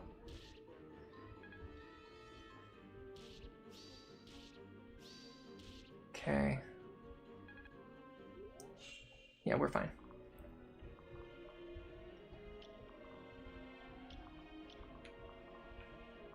Alright. I believe... I think these barbs actually try to destroy the villages, but if we can clear out things fast enough, then we don't really need to worry about that. If we can do it in the right... If we can do things in the right way... This guy doesn't have counter. This guy does have counter, unfortunately. I might have to check to see if I can just take that hit.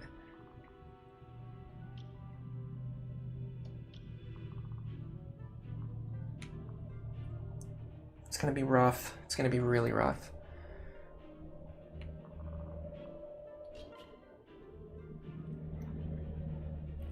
Might have to use Nosferatu here.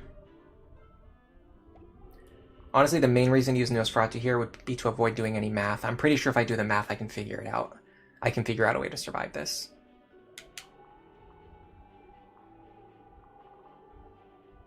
Like, these guys basically don't do any damage. I mean, they do 4 damage to me if they even hit. I guess they probably will. This guy won't hit me because I'm going to kill him. Sorry, this guy right here won't hit me because I'm going to kill him.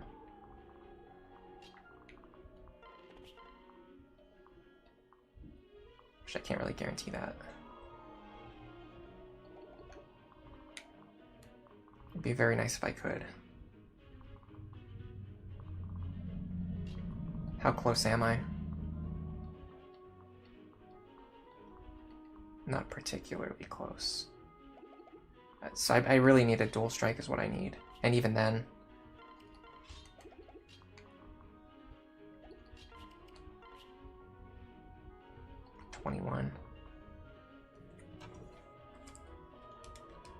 She deals 15 damage.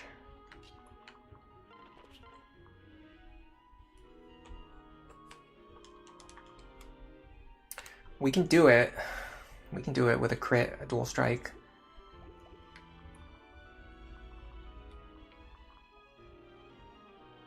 The question is this guy right here. So we're gonna deal 60 minus 25. We're gonna deal 35 damage to him. God, that's so much, which means we're gonna deal 35 damage to ourselves. Plus 4, plus 4. We're gonna take 43 damage, and then this guy's gonna deal 35. That guy's actually not gonna deal any damage to me. We take it, it's just not that comfortable.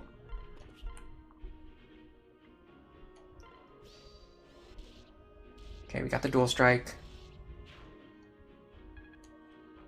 I could see myself using Physic on Robin here, just to kind of shore up the margin of error. Especially because we don't want to proc Vengeance and deal an extra 10 damage to ourselves.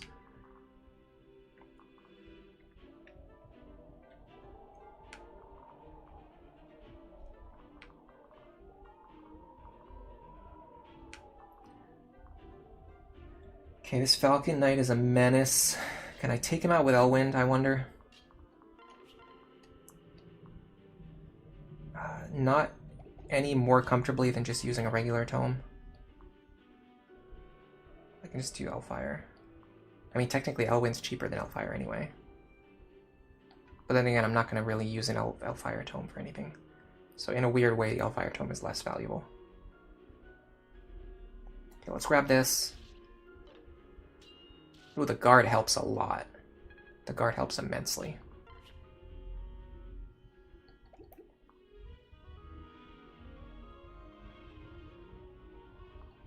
Because then we can go like this.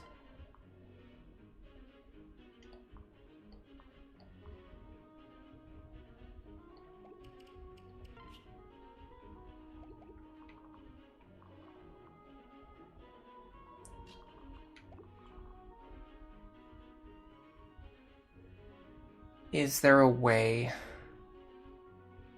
that we get Laurent and Morgan paired up together this turn?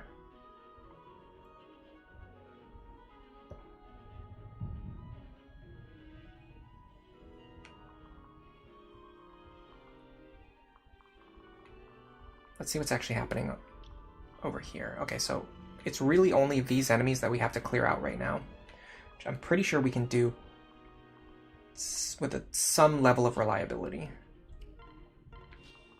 Like, I think Frederick can kill this guy.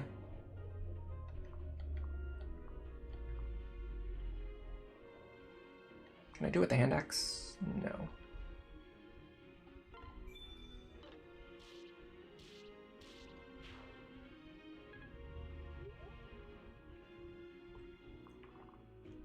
I'm pretty sure you can take this. Actually, you can't really. I mean, you can fight him.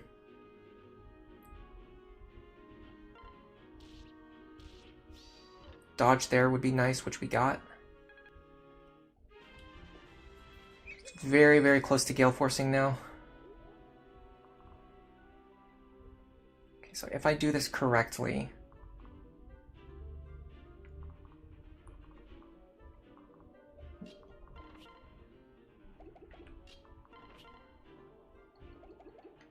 I'm pretty sure I can get away with this.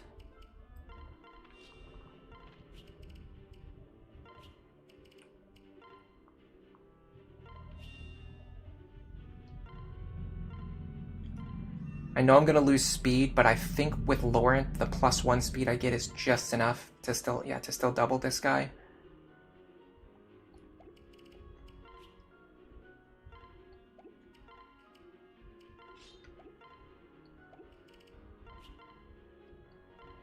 I can Elfire here. I want dual strikes so that Laurent can get some free experience. What's kind of funny is that when we get there, like when we get to our completed builds, it's actually going to be Laurent in the front and Morgan in the back. But right now, while we're training, we need Morgan in the front and Laurent in the back. Can Laurent get this guy? Unfortunately, not fast enough. Let's just hope for another dual strike here. We got it that time. That's good. That's free experience for Laurent. Not as much as I would hope, but It's something. Let's just unpair these two. I did say I wanted to physic Robin if I could, but it doesn't seem like I can. Yeah, that's what I was worried about. Because of Vengeance there, we just did extra damage to ourselves. Didn't gain anything from it, just extra damage to ourselves for no reason. See, that's something you need to watch out for. That guy had a 2-range weapon equipped, but he still attacked me at 1 range because he was already standing next to me. I've talked about this before. There's just times when the enemies do stuff like that, and it can be very, very deceptive and very dangerous. Okay, this Falcon Knight I should be able to take. Now this guy, I believe, is coming over here to destroy the village. I don't think this one is. I don't think the fighters are. I think it's only the barbarians. I can check. The wiki should explain it. The wiki is a lot better at explaining the AI of the enemies. That's the reason why I like keeping the wiki open. It does a really good job of explaining the enemy AI. So the barbarians.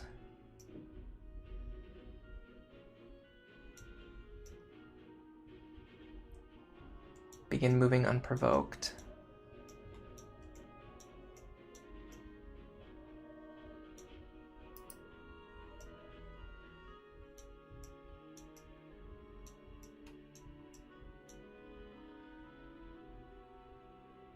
It actually doesn't specify. That's surprising to me. Normally it does. Alright, well I know anyway. The way enemies behave in this game, fighters don't usually attack villages, barbarians do. So we kind of understand what they're doing. This guy right here is going for the village. These guys right here are not. But I mean, there's no downside to just enemy facing them, other than the fact that, of course, he has exactly Angel's counter. It's something you just gotta come to accept. Can we enemy phase this guy? We won't get doubled. We won't die.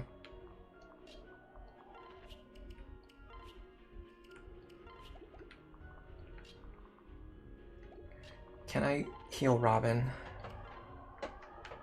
Answer seems to be no. How close am I?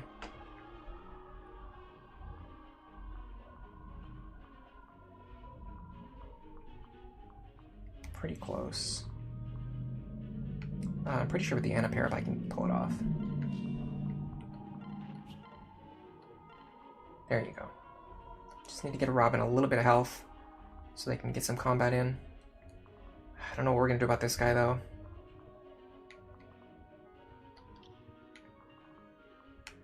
How much are we going to deal to him? 60 damage. -2. We actually... No, we don't want... Well, we would one-shot him. But because of Aegis, we're not going to. So we're going to deal, like, almost 30 damage to ourselves. God, we cannot afford to keep taking hits like that.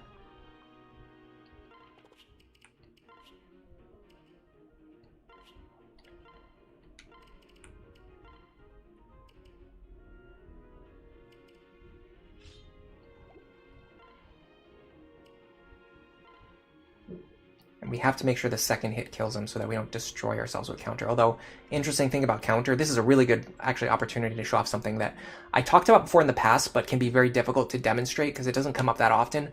But if you have more HP than the enemy, you can't kill yourself with counter damage. Because think about it this way. The most counter damage we could ever deal to ourselves off of this guy would be 56 counter damage. If we dealt 56 damage to him and we did not kill him, we would take 56 counter damage. If we ever deal 57 damage to him, he dies. So we can never deal 57 damage to ourselves. So we can only deal 56 to ourselves. So we know that the most we can take here is 56, plus the 2 damage that he's going to deal to us. So we always survive this encounter now that we have more HP than he does. That's one good little thing about playing around counter. Alright, rally these two. Get up here. Honestly, I'd be pretty happy if I had a Falcon Knight right now, but just didn't have room for them on my team. Is there anyone that... Yes. Well, no, because he has a bow. I'd be very happy if I could set up a combat for Cordelia, but everything that she can fight can just kill her with a bow. So we're not going to do that this turn.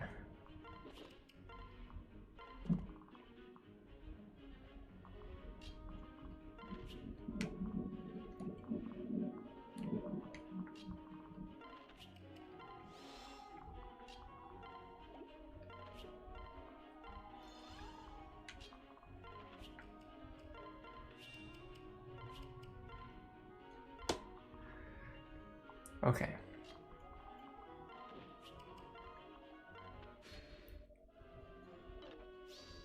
See, I didn't want that vengeance to proc while I was on low health, because I might have actually dealt enough to really badly damage myself. And then because my health was lower, I'd also be in more danger. Okay, we provoked those enemies. There's something weird going on there. What was that? That enemy was just like blinking. I don't know why. Very strange. Alright, we're pulling the enemies over. We need to either... Actually, we don't need to block the village this turn because the barb can't reach it this turn anyway. So let's kill this guy so he doesn't deal any counter damage to us. And then these guys are not really threats to me. So we're going to take 0 damage from those guys. We're going to take 42 damage from him. We're actually totally fine if we just kill this guy right here.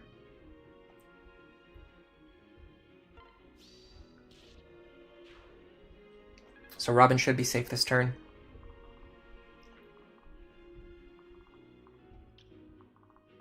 Oh, did he physic? Oh, he physicked. Okay, he used physic on this guy. That's why he was blinking. I see now. Very funny.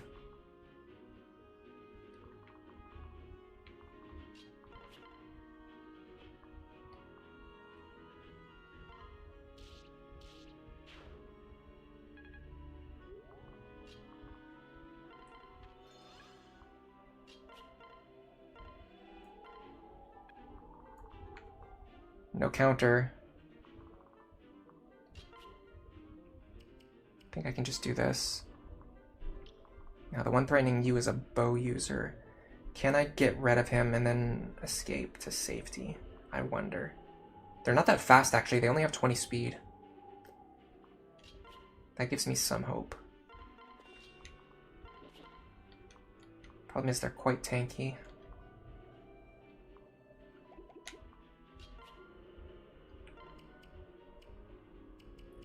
Definitely a silver sword moment. Yes, okay. We'll do... I mean, I want... It's really tough because the one behind him has counter.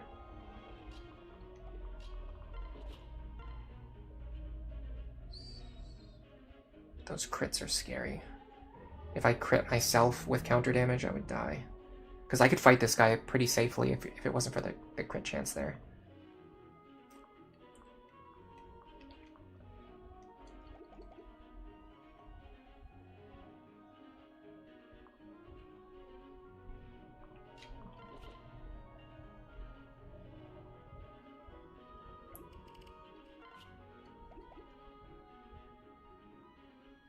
I want to get rid of this guy.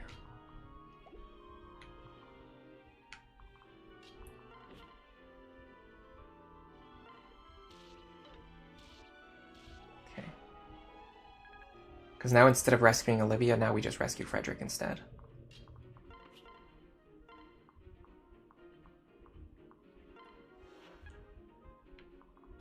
Then we can do this. Come on, stall. Then we can rescue her. Yep, turns out it's so much easier to play around counter when you actually have the tools to do so.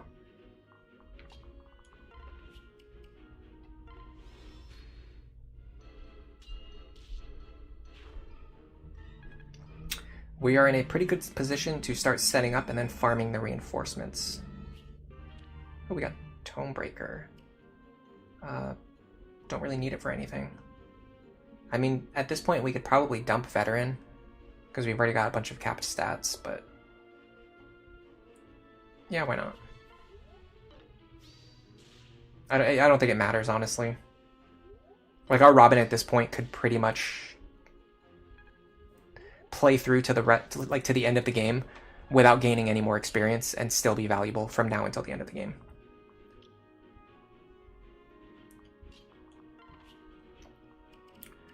This could be potentially good experience for Laurent. 17. I mean, we could play for the dual strike. If we don't get it, it's fine. It's good chip. Then we dance.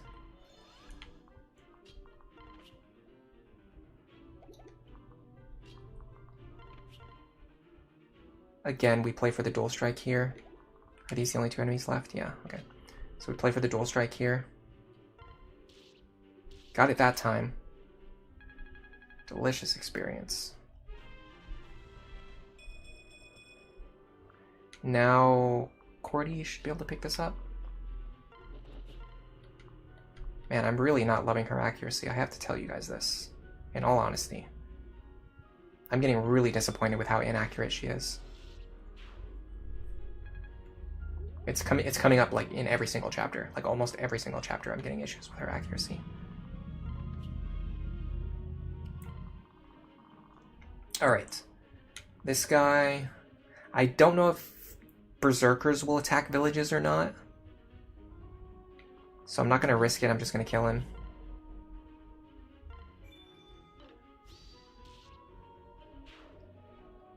Alright. Now... we have to start thinking about reinforcements now.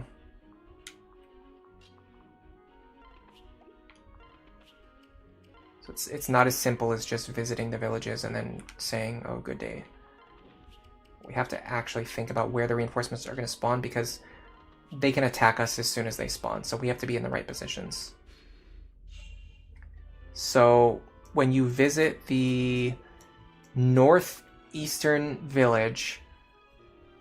there's going to be 2 warriors that spawn up here, and a bunch of berserkers and barbarians that spawn down here.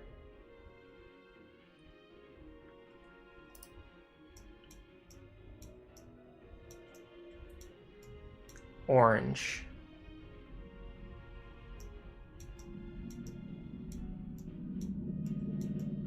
This is what the WOD is much better at.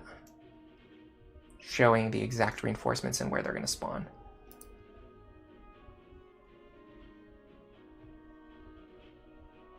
Oh, there's going to be barbarians and warriors. There's going to be barbarians and warriors up here. And there's going to be...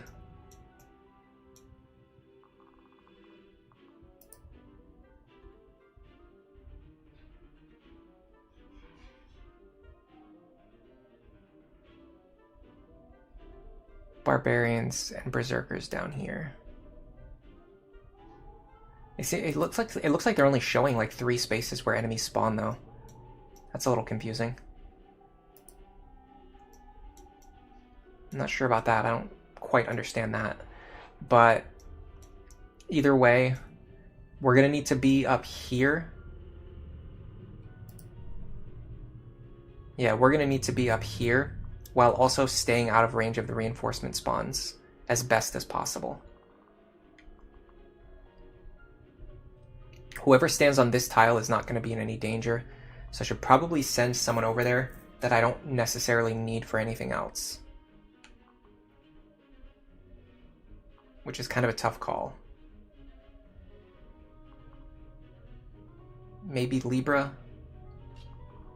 I could see Libra being the best option.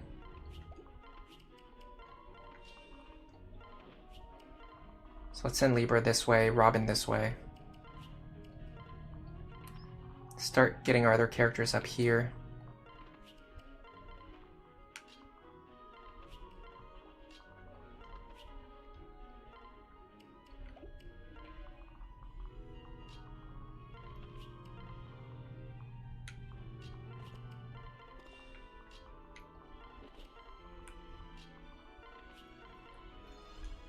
So my big concern are the enemies who spawn like right next to the boss, because I feel like they're going to be able to rush over here and reach us, but I don't know exactly where to be to prevent that from happening.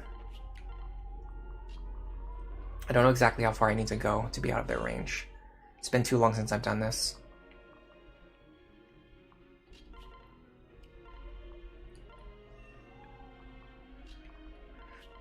I'm going to sandbag here, heal everyone up to full.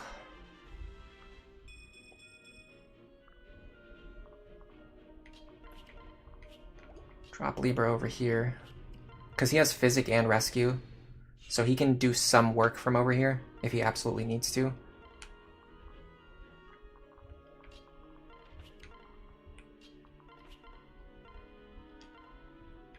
Oops, I forgot to move you.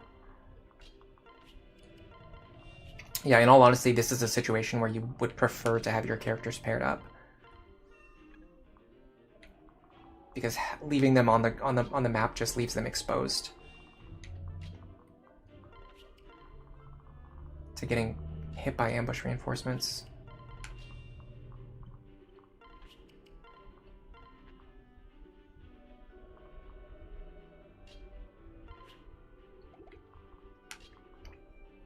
I just have to figure out how far they can actually move and what that means.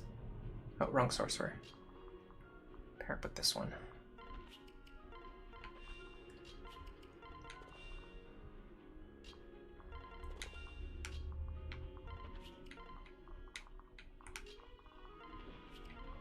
Alright, so it looks like there's going to be enemies spawning in these tiles, 1, 2, 3, all these tiles around the boss, and then also lines up with this tile here, and then these tiles down here. So from here, they can go 1, 2, 3, 4, 5, 6. They can probably only reach like about here. So I think if I'm above this line, I should be safe. I'll stay up here just to be extra safe, but I think as long as I'm above this line, I should be safe. Now from the right-hand side, they're going to be spawning here and here, but they're surrounded by desert, so they can't actually go very far. They can only go like 1, 2, 3, 4, 5, 6. But then they might have 2 ranged weapons, so they could attack like as far as here. So I want to be... I think I'm actually pretty much safe right now. I'm going to back my characters up just a little bit more just to be extra careful.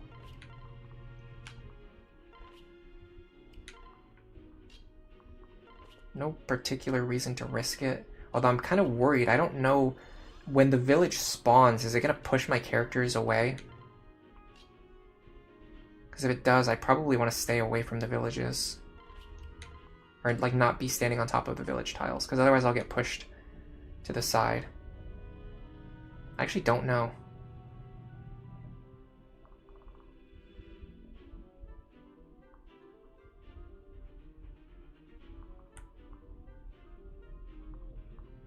So the village is here. So I'm not standing on the village. All of my characters should be safe.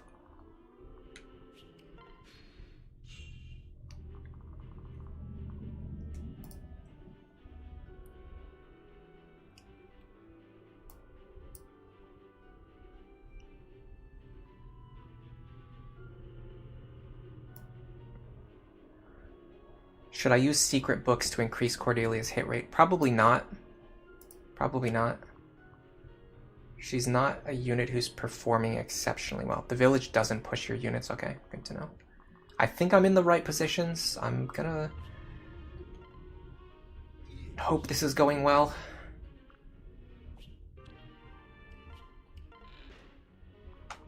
Are you supposed to get a strength tonic from there? Yeah.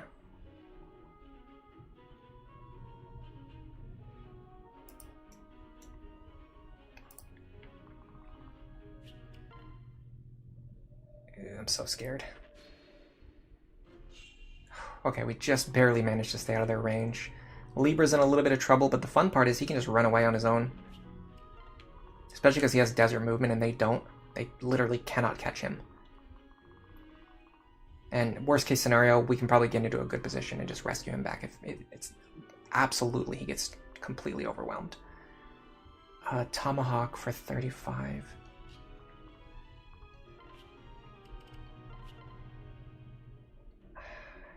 Love it if he could actually kill this guy.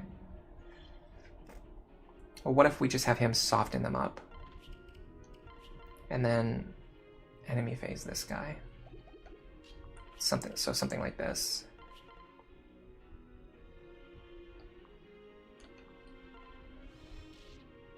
Really would have loved a dual strike there, but you know the world we live in, that's just not something that happens. Again, we're playing for dual strikes here. Finally got something going. Okay, that's good. Now if we dance for you,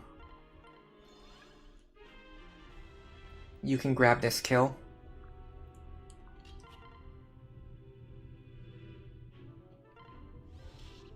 And this leaves Morgan in a position, or sorry, Laurent in a position where he only fights one enemy. So we are getting some good Laurent training in already. Now, I don't necessarily want or need Robin to like take every single kill at the bottom side. So if I can find out ways to set up kills for other characters, I'll try to do so. Like this works for sure. Elwind here.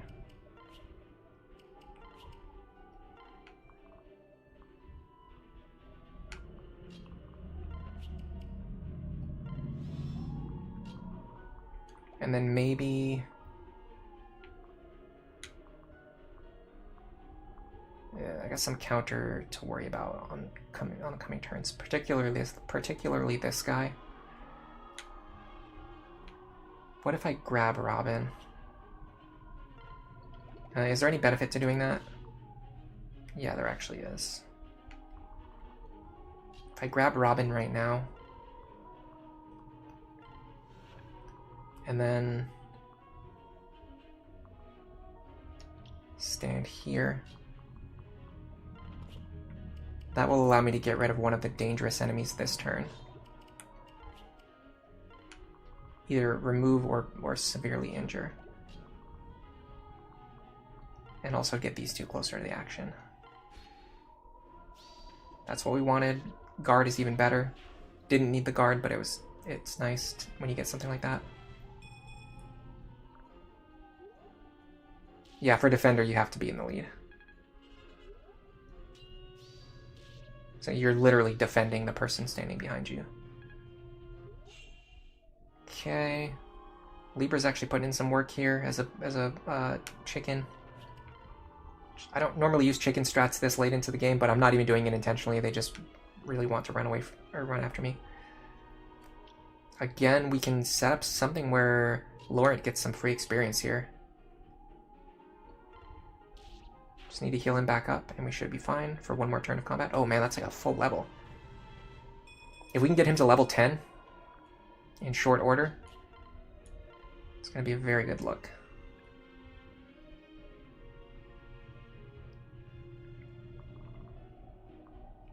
Okay, if Robin gets rid of you,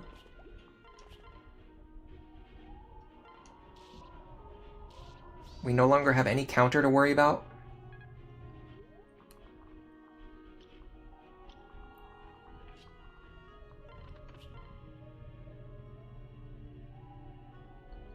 Let me get Cordelia down here. Nice crit. Beautiful crit. Is there any way...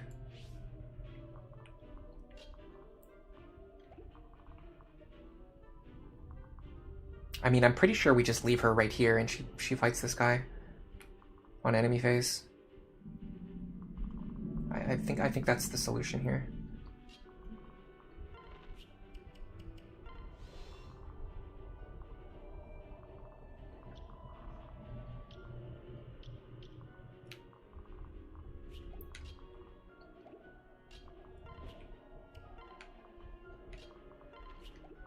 Definitely not visiting this village yet, because as soon as we do, Libra's going to be in a world of trouble.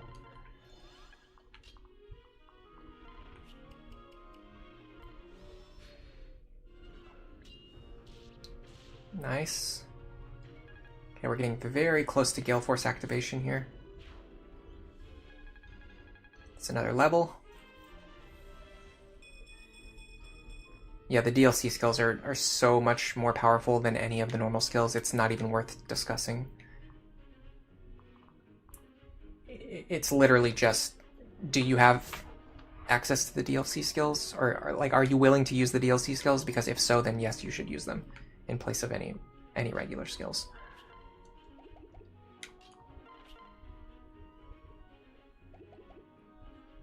This, by the way, remember one of our goals with our Laurent build was to have a very high crit rate. The fact that we just recruited him and he already has a 20% crit rate by default is a very good sign that we're heading in the right direction.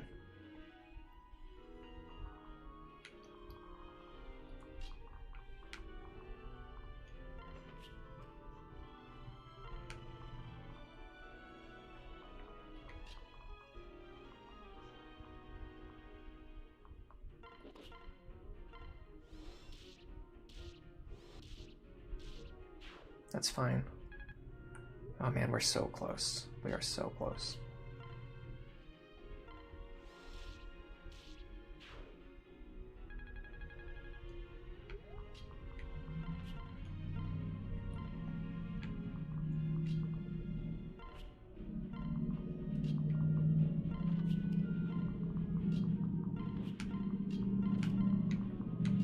All right. Can Libra still get away? He can. Comfortably. All right, this guy has a bow and 20 speed. That actually works to our advantage. Because if we can put Laurent in his range,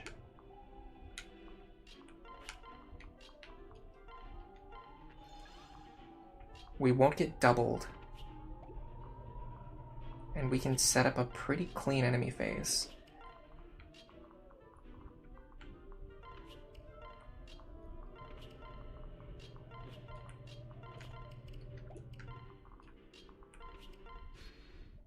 Yes, okay. So we can set up an enemy phase where we force him to switch to his bow, and then next turn, Cordelia can move in and kill him or attack him at one range. Let me make sure we actually take the hit, though. 53 damage is a lot.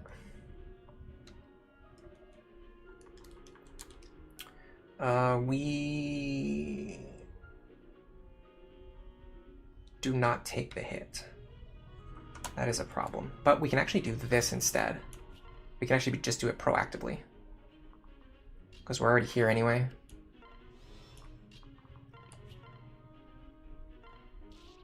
Yeah.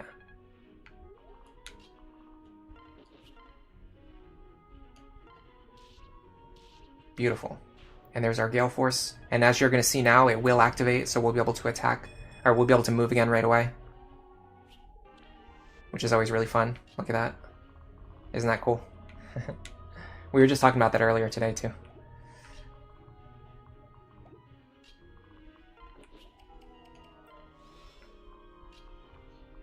Alright, so now we need to set up for the next village.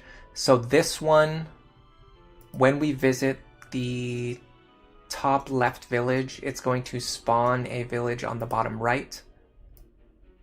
And the reinforcements are going to be, gosh, north of here, south of here. So it looks like they're going to be in the top left and the bottom right corner. So what we should do is just get all of our characters over here, except for, again, we'll have Libra over. We'll have Libra by himself. He can play the chicken role. Everyone else needs to get down to the bottom right now.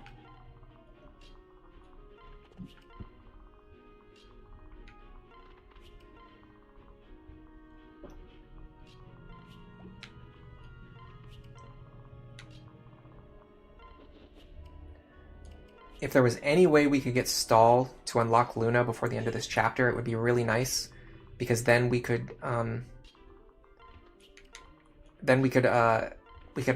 recruit Severa, like pretty much right after this.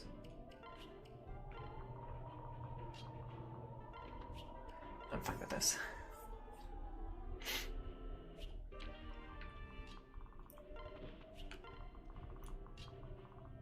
I'm going to check the spawn locations in a second. I'll make sure I'm standing either outside of their range, or possibly, like, maybe put a character just in range of, like, one enemy they can fight.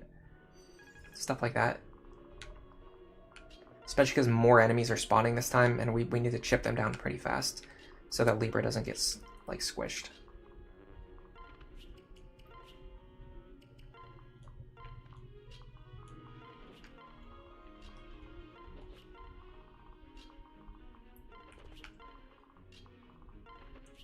I feel very good about Laurent. I feel very good about Morgan. Morgan's stats are a little bit, Lawrence's stats are a little bit low right now, but it's just because his level is still low. Like, once we train him, he's going to get very strong very fast.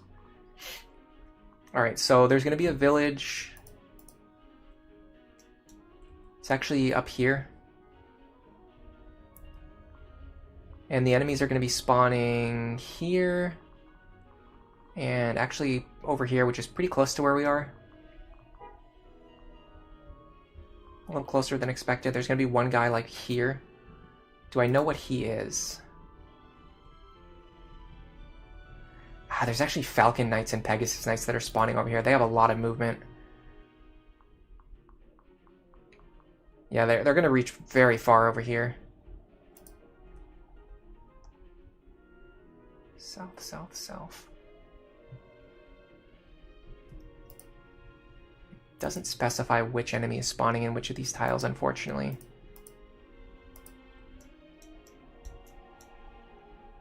So I'm not going to be able to get any good enemy phasing in.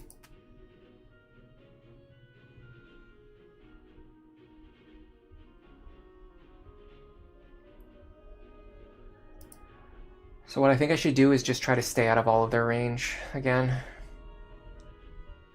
Libra's going to be in a lot more danger this time, though, I can tell you that right now. In fact, hold on a second.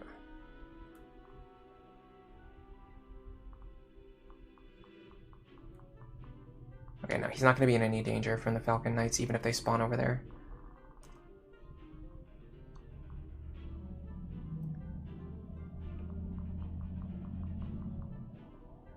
Pretty sure I should stay here.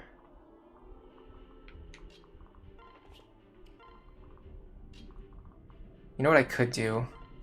We've kind of already calculated that Robin can survive a round of combat against them. So what if we do this? Robin here. If they reach me, then I'll fight them. If they spawn with counter, I'll still kill them. And then everyone else get out of range of those Falcon Knights. Then we just need to make sure we're not in range of anything up here.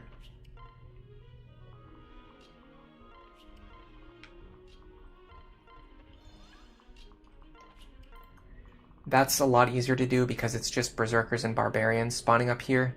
And they're going to be stuck moving across the desert. So we should be fine with a formation like this. I want Olivia to be definitely closer to the center, though. And I want you guys to be up here. Cordelia as well. I want Robin to be down here. Muriel, bottom left. Staff users, center. Frederick kind of needs to be ready to go in either direction. I think this is okay. I'm going to look at chat because I'm going to see if anyone's like screaming at me to warn me like not to do what I'm doing.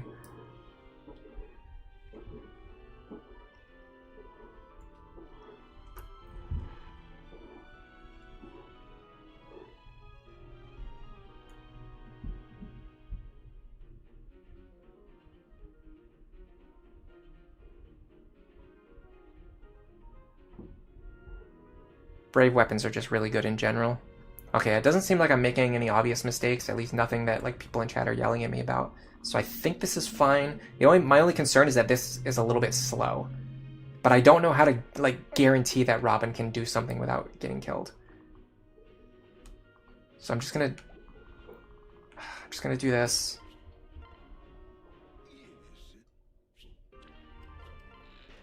And just hope for the best. Okay, looks like Robin I put just outside of their range. And that was even assuming that they had spears, which they ended up not having. I need to chop through these guys fast. The one in the back doesn't have counter, that's really good.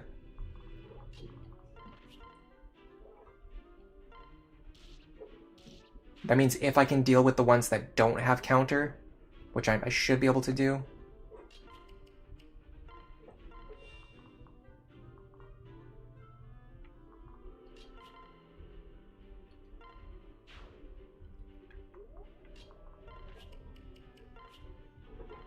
Okay, so there's two schools of thought here. One is Robin kills you, and then we just let this guy enemy phase. The other school of thought is Robin kills you, and then maybe Frederick or someone else comes over to deal with you. Not looking likely.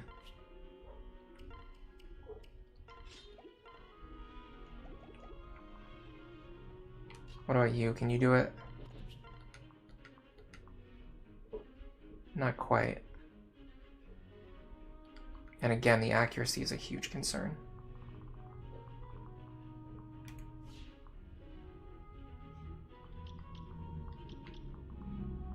Who can take this silver axe?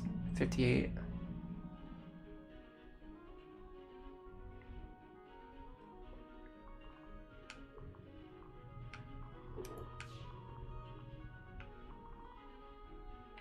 I'm very, very worried about Libra's safety here. This guy's going to be a problem sooner than later. How far can I rescue? 13 is not that far on this map. I need to start moving left now. If I'm gonna rescue Libra, I need to get there.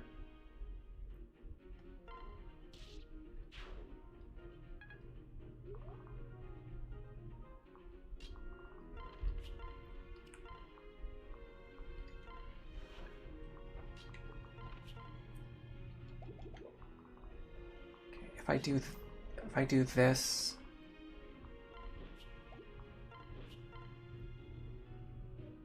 I take 32 comfortably. I needed that to hit, man. Come on. Can you ever just once?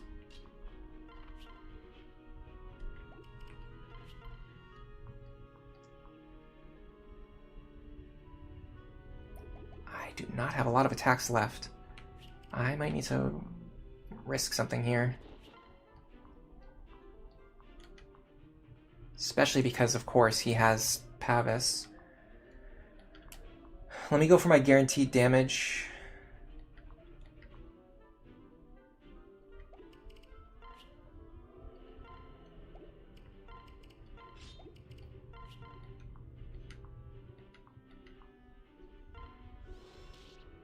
Okay, thank you, Stall. Thank you, Stall. That was a nice bailout. Now Laurent can pick up this kill.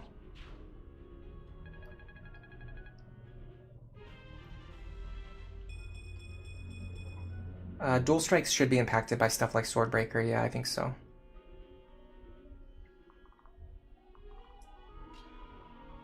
I want to be here because I need to be as close to my other characters as possible for the next turn. Oh, good, he turned around. Okay, fantastic. I'm safe. That was a relief. That could have been much worse. I'm not so worried about a spear. Do I not have a javelin?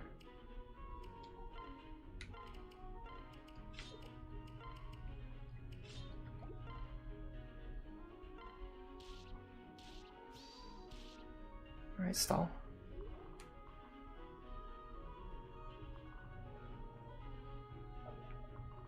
I don't know if I can get Laurent up there in time.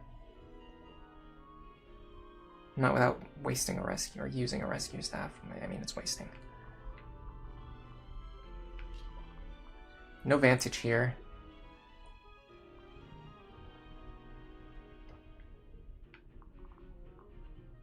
If I can just get someone into position.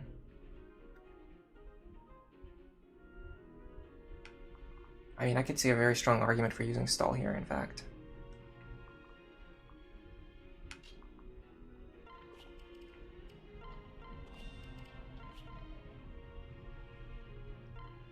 Because we need him to get some levels anyway.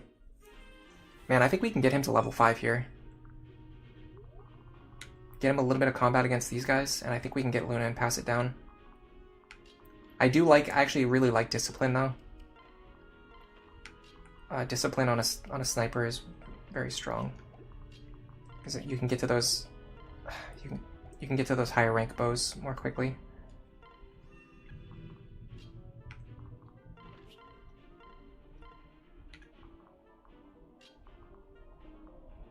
I think we have to be careful that we don't let them destroy the villages. Which means we're going to have to be a little bit proactive here.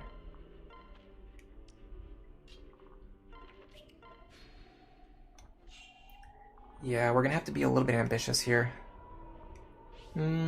No, maybe not. It looks like they have to go around the village for some reason. Even though we can go through it, they can't. Okay, well that definitely plays to our advantages.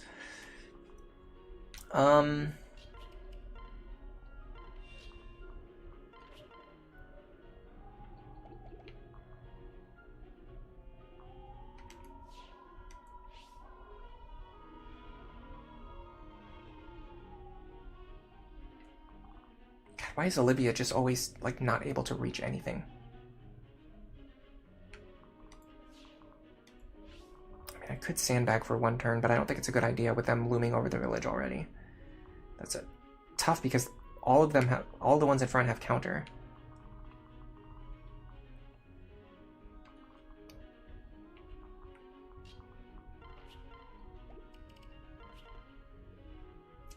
Man, he needs to get just a little bit more speed. It'll be nice when I send her over to Valkyrie, but she needs to get Tome Fair first.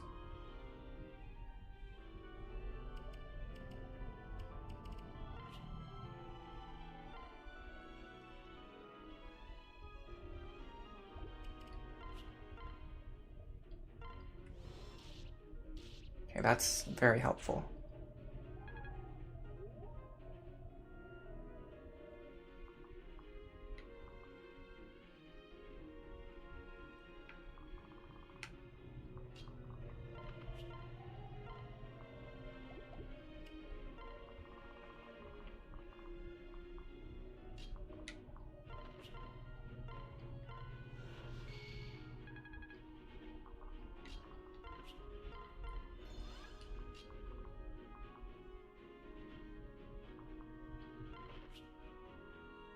I'm actually not that worried about this Tomahawk. In fact, I'd like to fight him if I could. But to do that, I have to get rid of you.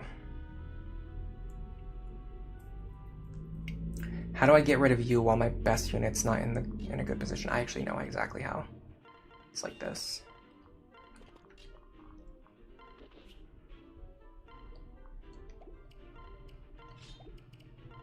Yeah, of course, this was it. So the good thing is you can just kind of pass... You can't really get married to the idea of just having a character like always paired up with one specific person. Once you just start to accept that you can unpair them, and then you can also just pair them up with other people like on a very temporary basis, it opens up a lot of strategies. This is a situation where I can do this. No problem. And heal you.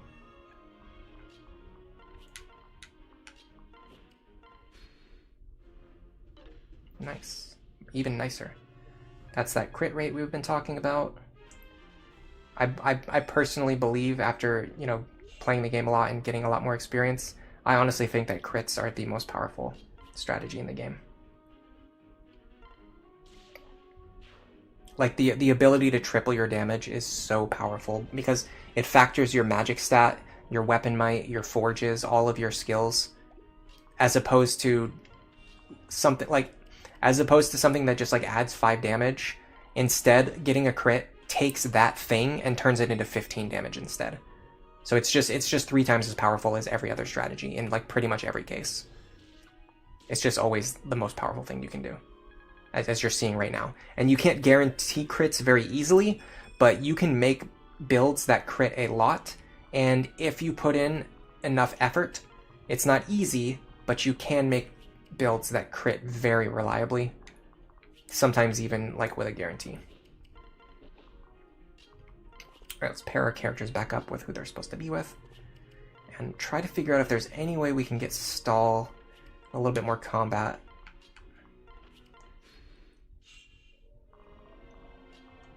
Olivia's frustrating me so much on this desert. Oh my god, please. Just move more than 2 tiles. I beg of you. I'm begging you, please. Alright, next village is gonna spawn... Or sorry, no, we've rescued this village. There's not going to be any more villages that are going to spawn. The last set of reinforcements are going to spawn...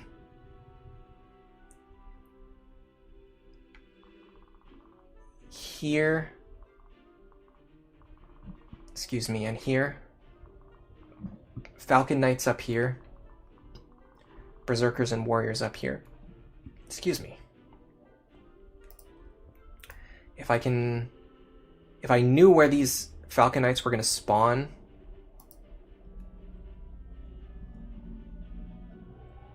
two with spears, three with lances. I think they're spawning here, here, here, here, and here. Three with lances. I don't want to fight the ones with lances though, so I'm actually just going to stay out of their range.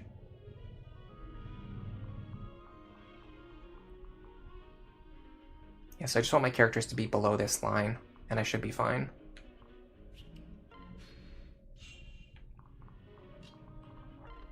In fact, if done correctly, I put all my characters like over here. I'm gonna be so mad if something spawns in a spot where I'm not expecting, and I don't see any reason why I should have any spawns other than the ones in the top left and the top right corner. And that sounds familiar to me. So I should be able to do something like this. So if I do this correctly,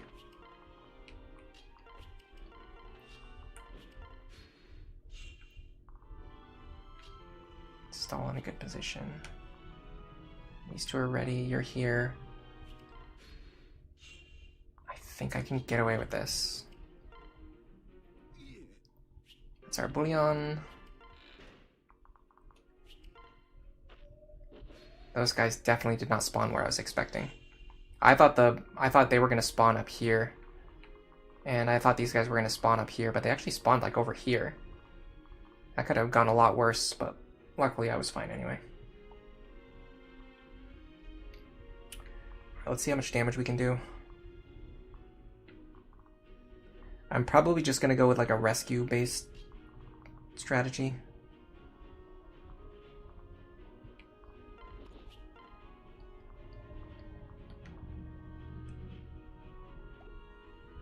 These guys are fast.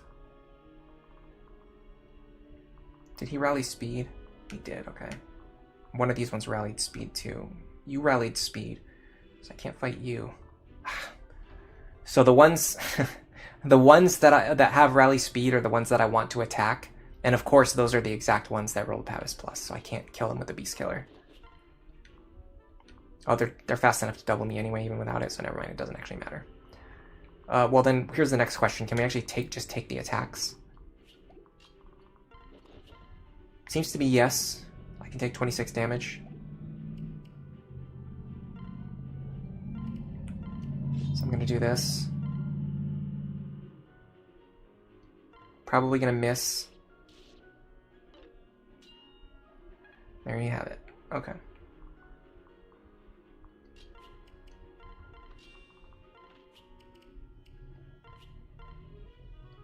There's almost nothing more frustrating than being in a situation where you can't quite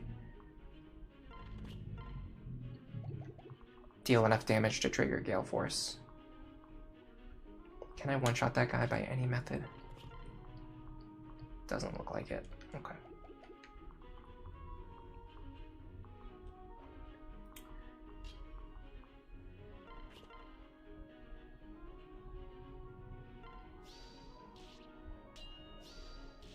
It's fine. I probably should have equipped her with something stronger though so she could get chip experience. 99. 92. I'm not messing with 92. That's accurate, but it's not accurate enough for me to be willing to waste, 2 hours doing all of this again. Now I gotta start rescuing these characters back.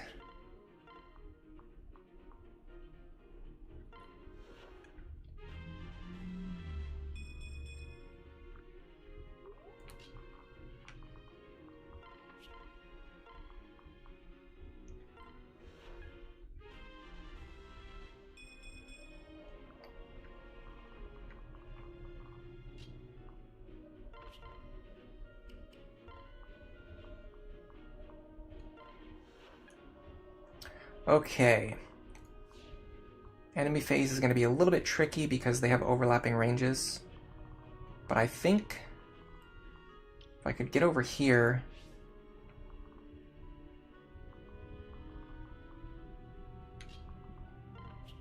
Which I don't know that I can. No, of course not. Alright, well what about this direction? Tomahawk. Unfortunately, they overlap as well. Okay, we can get over here. We have 33 speed. That guy only has 20 speed, honestly. Okay, we're gonna go like this.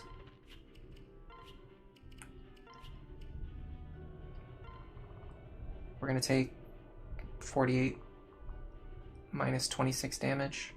Then we're gonna double this guy, giving us 2 chances to dual strike. Can you fight this guy? I doubt it. Yeah, you get doubled.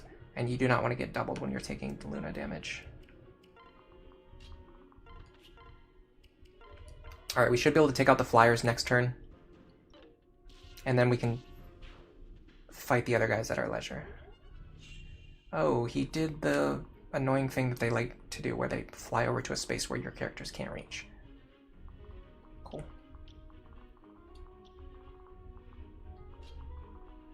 Technically, you could get up there, but he has Pavis, so you can't kill him.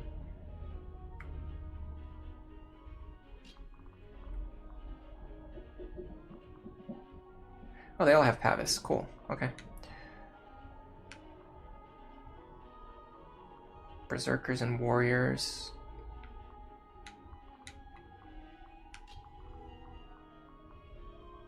Can you get this guy?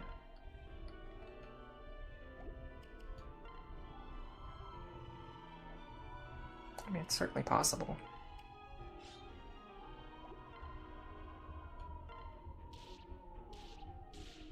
Damage him. Oh, nice, we got him actually. That triggers Gale Force, which is huge.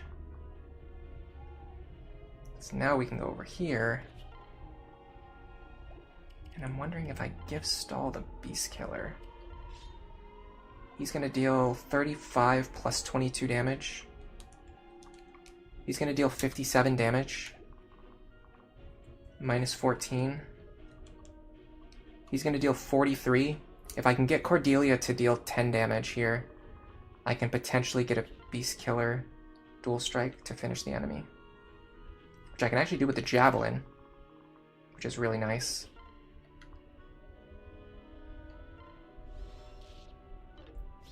Missed. That actually would have been it, but I missed, so it is what it is. Alright.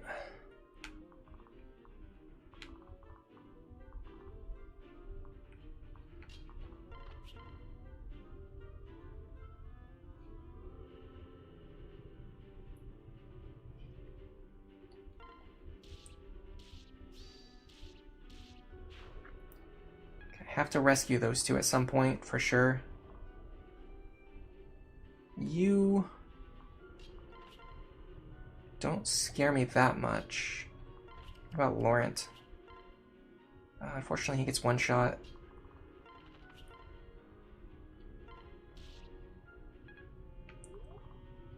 Okay, they're actually going to be fine. They can take a round of combat with him.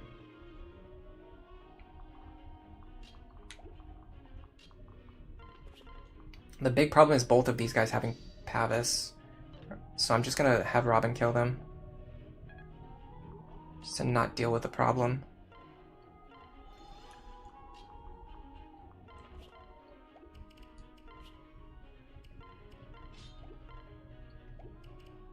Actually, don't damage him even with the Elf Thunder Tome, so I might as well just use the Wind Tome. Okay. So now I need to rescue a couple of characters, that being Cordelia,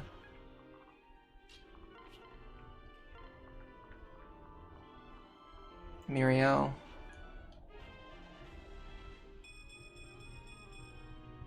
nice level up on Anna there.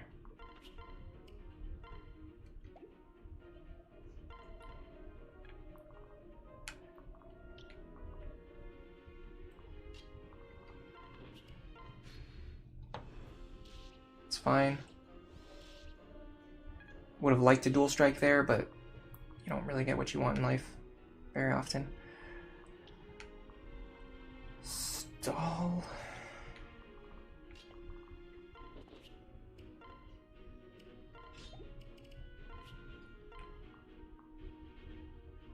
Technically can get some chip experience here. Or if he could just miss, he could just miss.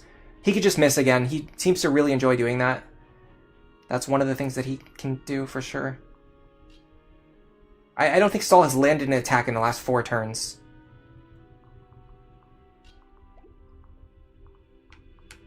God, what is with the accuracy on this pair?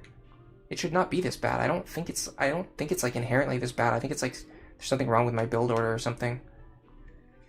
Okay, we need Robin, I think, to fight them with the Tomahawk. Maybe Frederick. Frederick actually can't do it. Can Crump? I wonder. Not quite. We're 1 point short. And then we get doubled and killed. What about Lonk? Not even close, so no.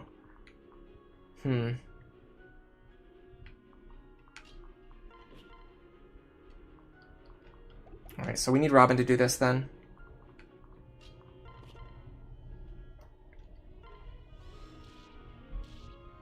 Nice. Some experience for Saria. She'll get to level 2 one day, I'm sure. Man, have you ever known Stall to just land an attack? That would be crazy. Mind-blowing stuff.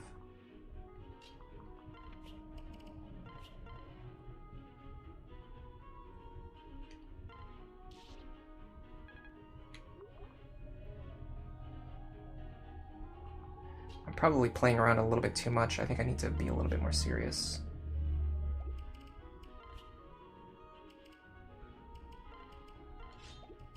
I'll play for crits here. And you get crits. This is a power couple. This is a power couple right here. This is like... not a power couple. But I don't think Stall or Cordelia is inherently this weak. I think they just are suffering from probably being like the 4th in line, or the third or 4th in line to get experience for most of the game so far. And it's just like added up to them, just like not getting it. Okay, well.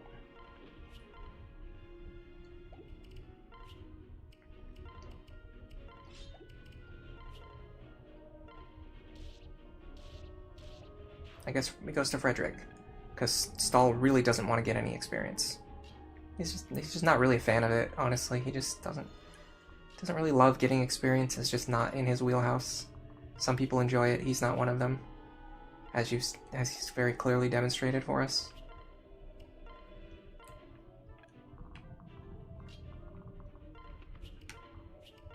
Alright, so the only thing we have left to do now is just fight the boss.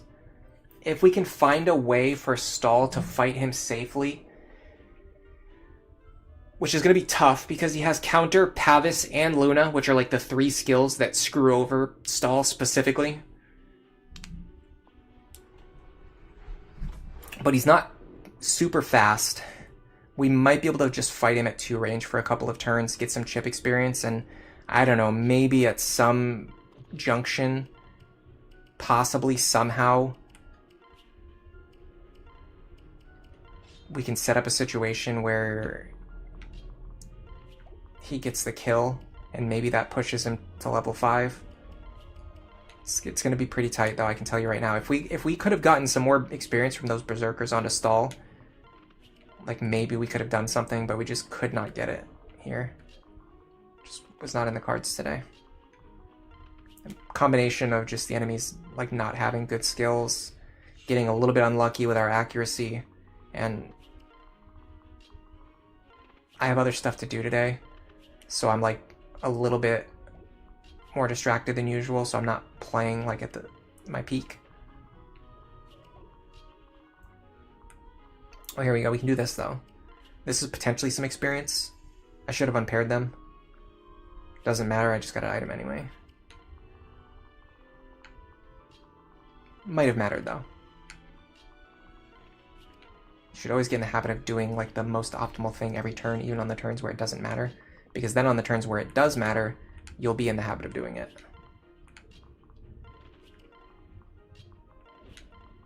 Alright. Here's what we're going to do. We're going to see if our boy Stall can just fight this guy and get chip experience. We're just going to be training him like Donald style. All he needs to do is just... Oh, by the way, I almost forgot to grab this. There's the hidden tile with the Goddess Staff. It fully restores the HP of all allies in range. It has 1 charge. Honestly, just sell it.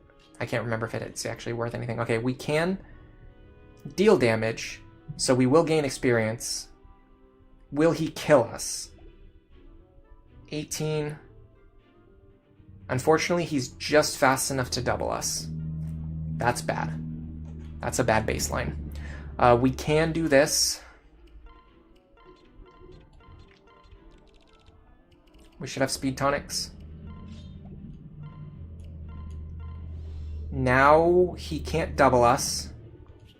And he will deal 56 minus 12. He will deal 44 damage. He actually kills us. But again, we can play around this. We can go into the convoy, grab an HP tonic.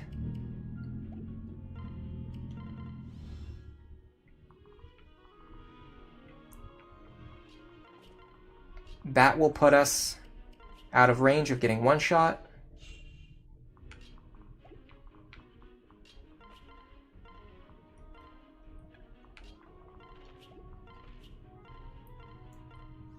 Now we should be able to safely trade attacks with this guy. I believe the silver bow is even weaker than the silver axe anyway. Yeah, it's 2 points weaker. So we actually, I think we would have taken, I think we actually take 43 damage here and we would actually survive if we're on full. I'm not 100% sure on that. The next thing we have to worry about is his crit rate, which is 14. I don't know if that factors in Zeal. So it's either 14 or 19. We have 14 luck, plus the crit avoid we'll be getting from our partner. So he should have 0 crit against us. And I don't want to crit him. So I prefer not to rely on too many support bonuses.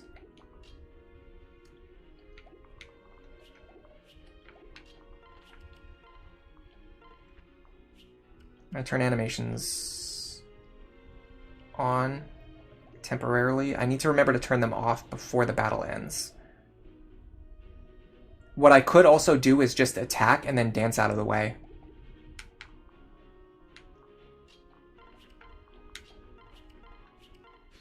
That would be a very smart thing to do.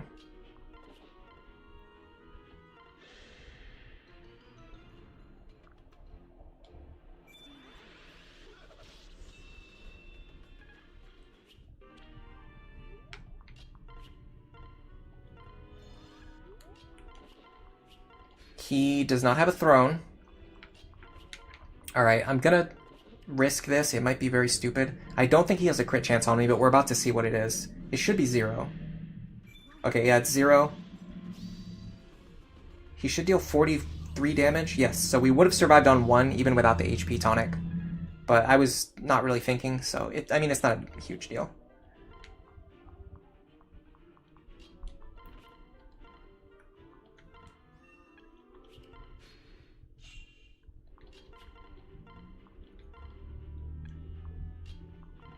I can turn on animations back off now that I know he can't crit me. Speed up this process a little bit. Okay, how much are we gaining? We're gaining good experience. I'm pretty sure we can reach level 5 just from doing this a couple turns.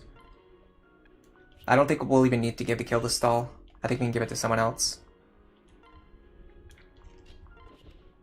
Because we should get either 11 or 12 experience here.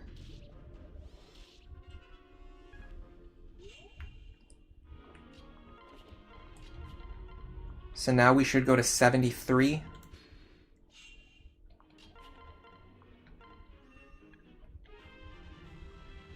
Beautiful, by the way. Morgan's getting a ton of free experience here. Okay, so we should go to 73 now. Nice guard. Okay, so now we're going to go to 82.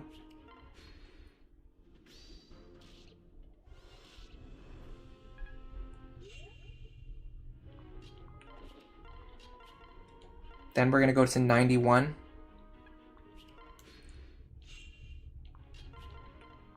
I think we're actually going to... This is going to be very Donald-esque. This is similar to the way that I usually train Donald, where I try to get him like the exact amount of experience he needs so that he doesn't steal it from anyone else, or as close to exact as possible. So it's going to put us on 91. No, just 90. Okay, that's a little bit concerning, because that means we're probably not going to go to 100 here. We're probably going to go to 99 or 98 here. It's a little bit less efficient than I was hoping. Yeah, not even that high, only 97. Okay, so it seems like it falls off faster than I expected. There's some kind of fall off. I thought it just went down 1 point per turn, but it seems like it's falling off quicker, but it's fine. So this should put us right over the level 5 hump. Okay, that's fine. We wasted 3 experience points. It's not that big of a deal. I mean, we kind of wasted a lot more by feeding all of this experience to Stall rather than someone else.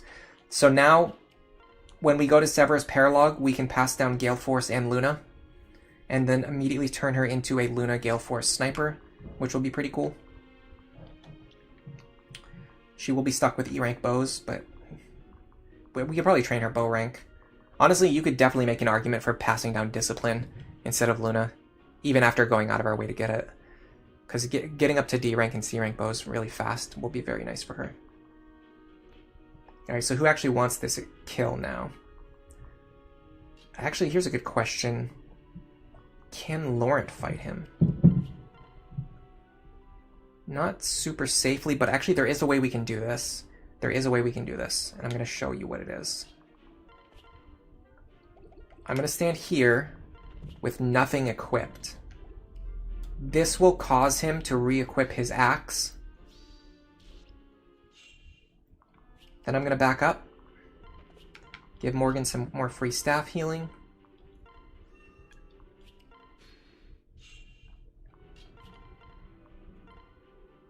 Okay, so the idea is he doesn't have a bow equipped anymore, which means I can do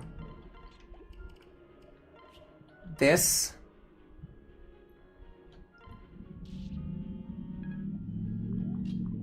Dance. Kill.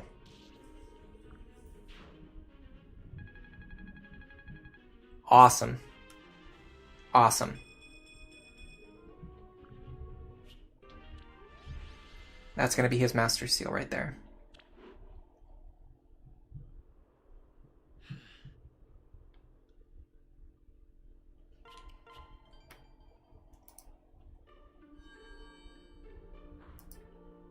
Yeah, giving the kill to Laurent there was really smart. And now we get access to some good D-rank tomes. I think we had these already, actually, though, because we're far enough in the game. But honestly, that paralog is, or that side story is easy enough. You can probably do it relatively early on and get access to these tomes a little bit earlier if you really wanted to. Skywing says that was a masterclass in strategy. Thank you very much. It's very kind. Honestly, I don't think I'm the best at, like, you know, like the actual strategy. I know there are players who are better than me when it comes to like strategy, but one thing I'm really good at is just like using everything to my advantage and just like, yeah, just like abusing the bosses as much as possible to get everything that I can from them.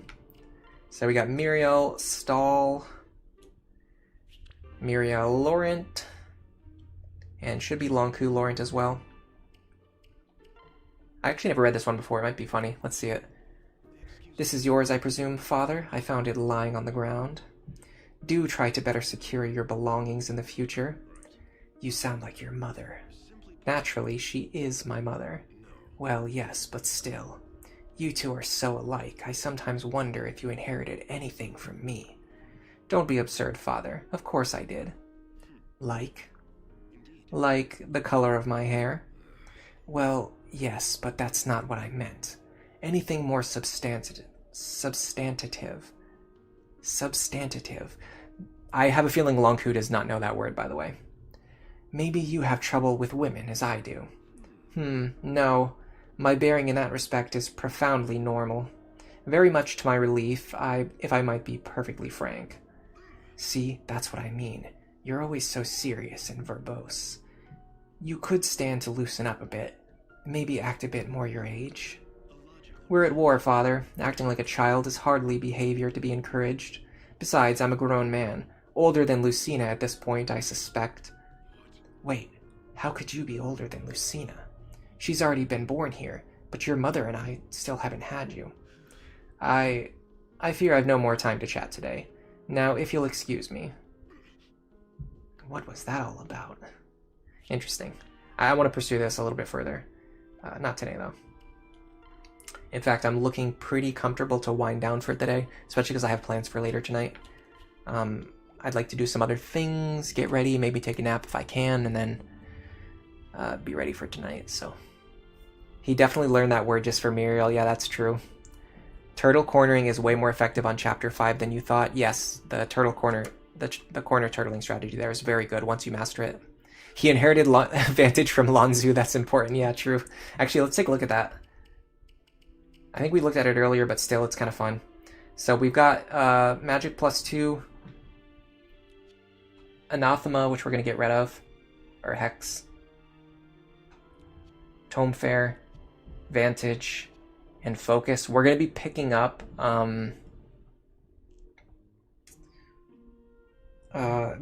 Vengeance, and then we will eventually get Wrath as well. Those are going to be replacing Focus and Hex, because we're getting Anathema from our partner. Hex and Anathema from our partner, which is, she's somewhere around here. Here she is. Yeah, she has Hex and Anathema and Solidarity for us. And we're going to be getting Dual Support Plus from her as well. Very nice. We might even drop Hex if we don't need the accuracy bonus. Anathema is way more important than Hex.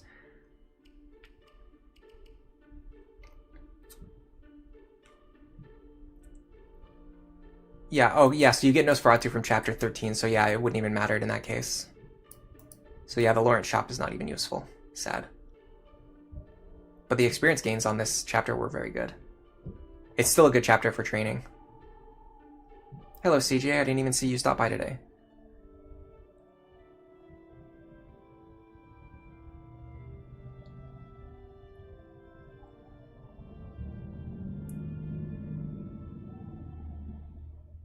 If I had Stahl holding a sword, he could have hit those berserkers. Yeah, maybe.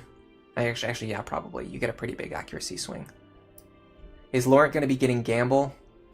I mean, he's going to learn it. I don't know if I'm going to have it equipped or not. It's going to depend on if I need it to get the max crit rate. Because the thing is, crit is so much better than flat damage that I would actually remove like Magic +2 and Tome Fair for crit increasing skills if I needed them. But if I don't need them, then there's no reason, because once you have 100% crit, then you just have 100% crit. You don't need to go any higher than 100. Other than the fact that, you know, enemies will have crit avoid as well. But Anathema helps with that a little bit. Anyway, like I mentioned, I'm not going to be streaming, doing a long stream today. Actually, I would say 3.5 hours is longer than I originally planned. I thought today was going to be like a 2, maybe 3 hour stream. So you guys got a little bit of a bonus.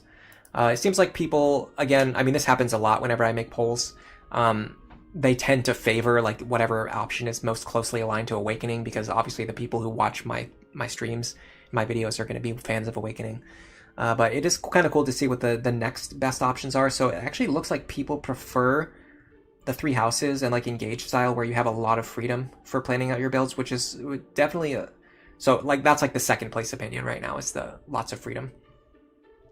And that is probably not super common depending on where you go or who you talk to. Like some people think that the build freedom in 3 houses is like a little bit too much. But so I almost would have suspected like people would have preferred like the older style of games over that. But then again, like I said, it's very specific to my audience. So the people who come here are probably very interested in building characters and training characters. So I could see them being more interested in the games that have a lot of freedom. And then minor flexibility is in third place, and then the very static units from the older games where you have no control over their builds is in last place. So yeah, it actually looks like essentially people voted for, or the less freedom you had to optimize your builds, the less people seem to like them based on this poll. But again, that's just my audience. You think Three Houses is more fun to build than Engage? I mean, my big problem is just how long it takes, especially with running around the monastery and stuff. I've been very vocal about this before. It's not a secret. I just don't like running around the monastery. But it definitely rewards game knowledge in a way that a lot of other Fire Emblems do not. That's one thing about Three Houses. The more game knowledge you have, the stronger builds you can make. TVP, see ya. Oh, hold on a second before everyone leaves. I got one thing to do.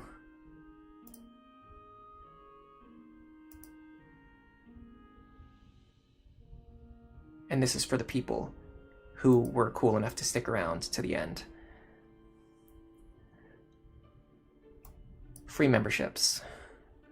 Hello, Neon Mori. You don't like it when the all Wyvern Lord team is meta? I think you can make other builds work, especially if you value things like warp and rescue and movement positioning and even effective damage. But then again, because any character can equip any weapon, Wyverns can probably get all the effective damage, or a lot of it anyway. Yeah, it's too slow. That's what I think too, Skywing. Okay, so Atalgu, welcome to the membership. Clint Waki, welcome to the membership. Charmander, welcome to the membership. Bernie Silly, welcome to the membership. And Beckett, welcome to the membership. I think I recognize Beckett. I'm not sure I recognize the other names. We get a lot of lurkers in here, or sometimes just like first-time viewers. The monastery is boring for sure, yeah, unfortunately. Almost every class to everyone is too much. That's what I think too. Goodbye, Neff Champion. Goodbye, Tricky. Ciao to Giusip Pekoko. Goodbye, Mori, CJ, everyone else who's here. Thanks to all the lurkers. Thanks to the chatters. If you left a like, you are an absolute king. And for now, enjoy the rest of your day.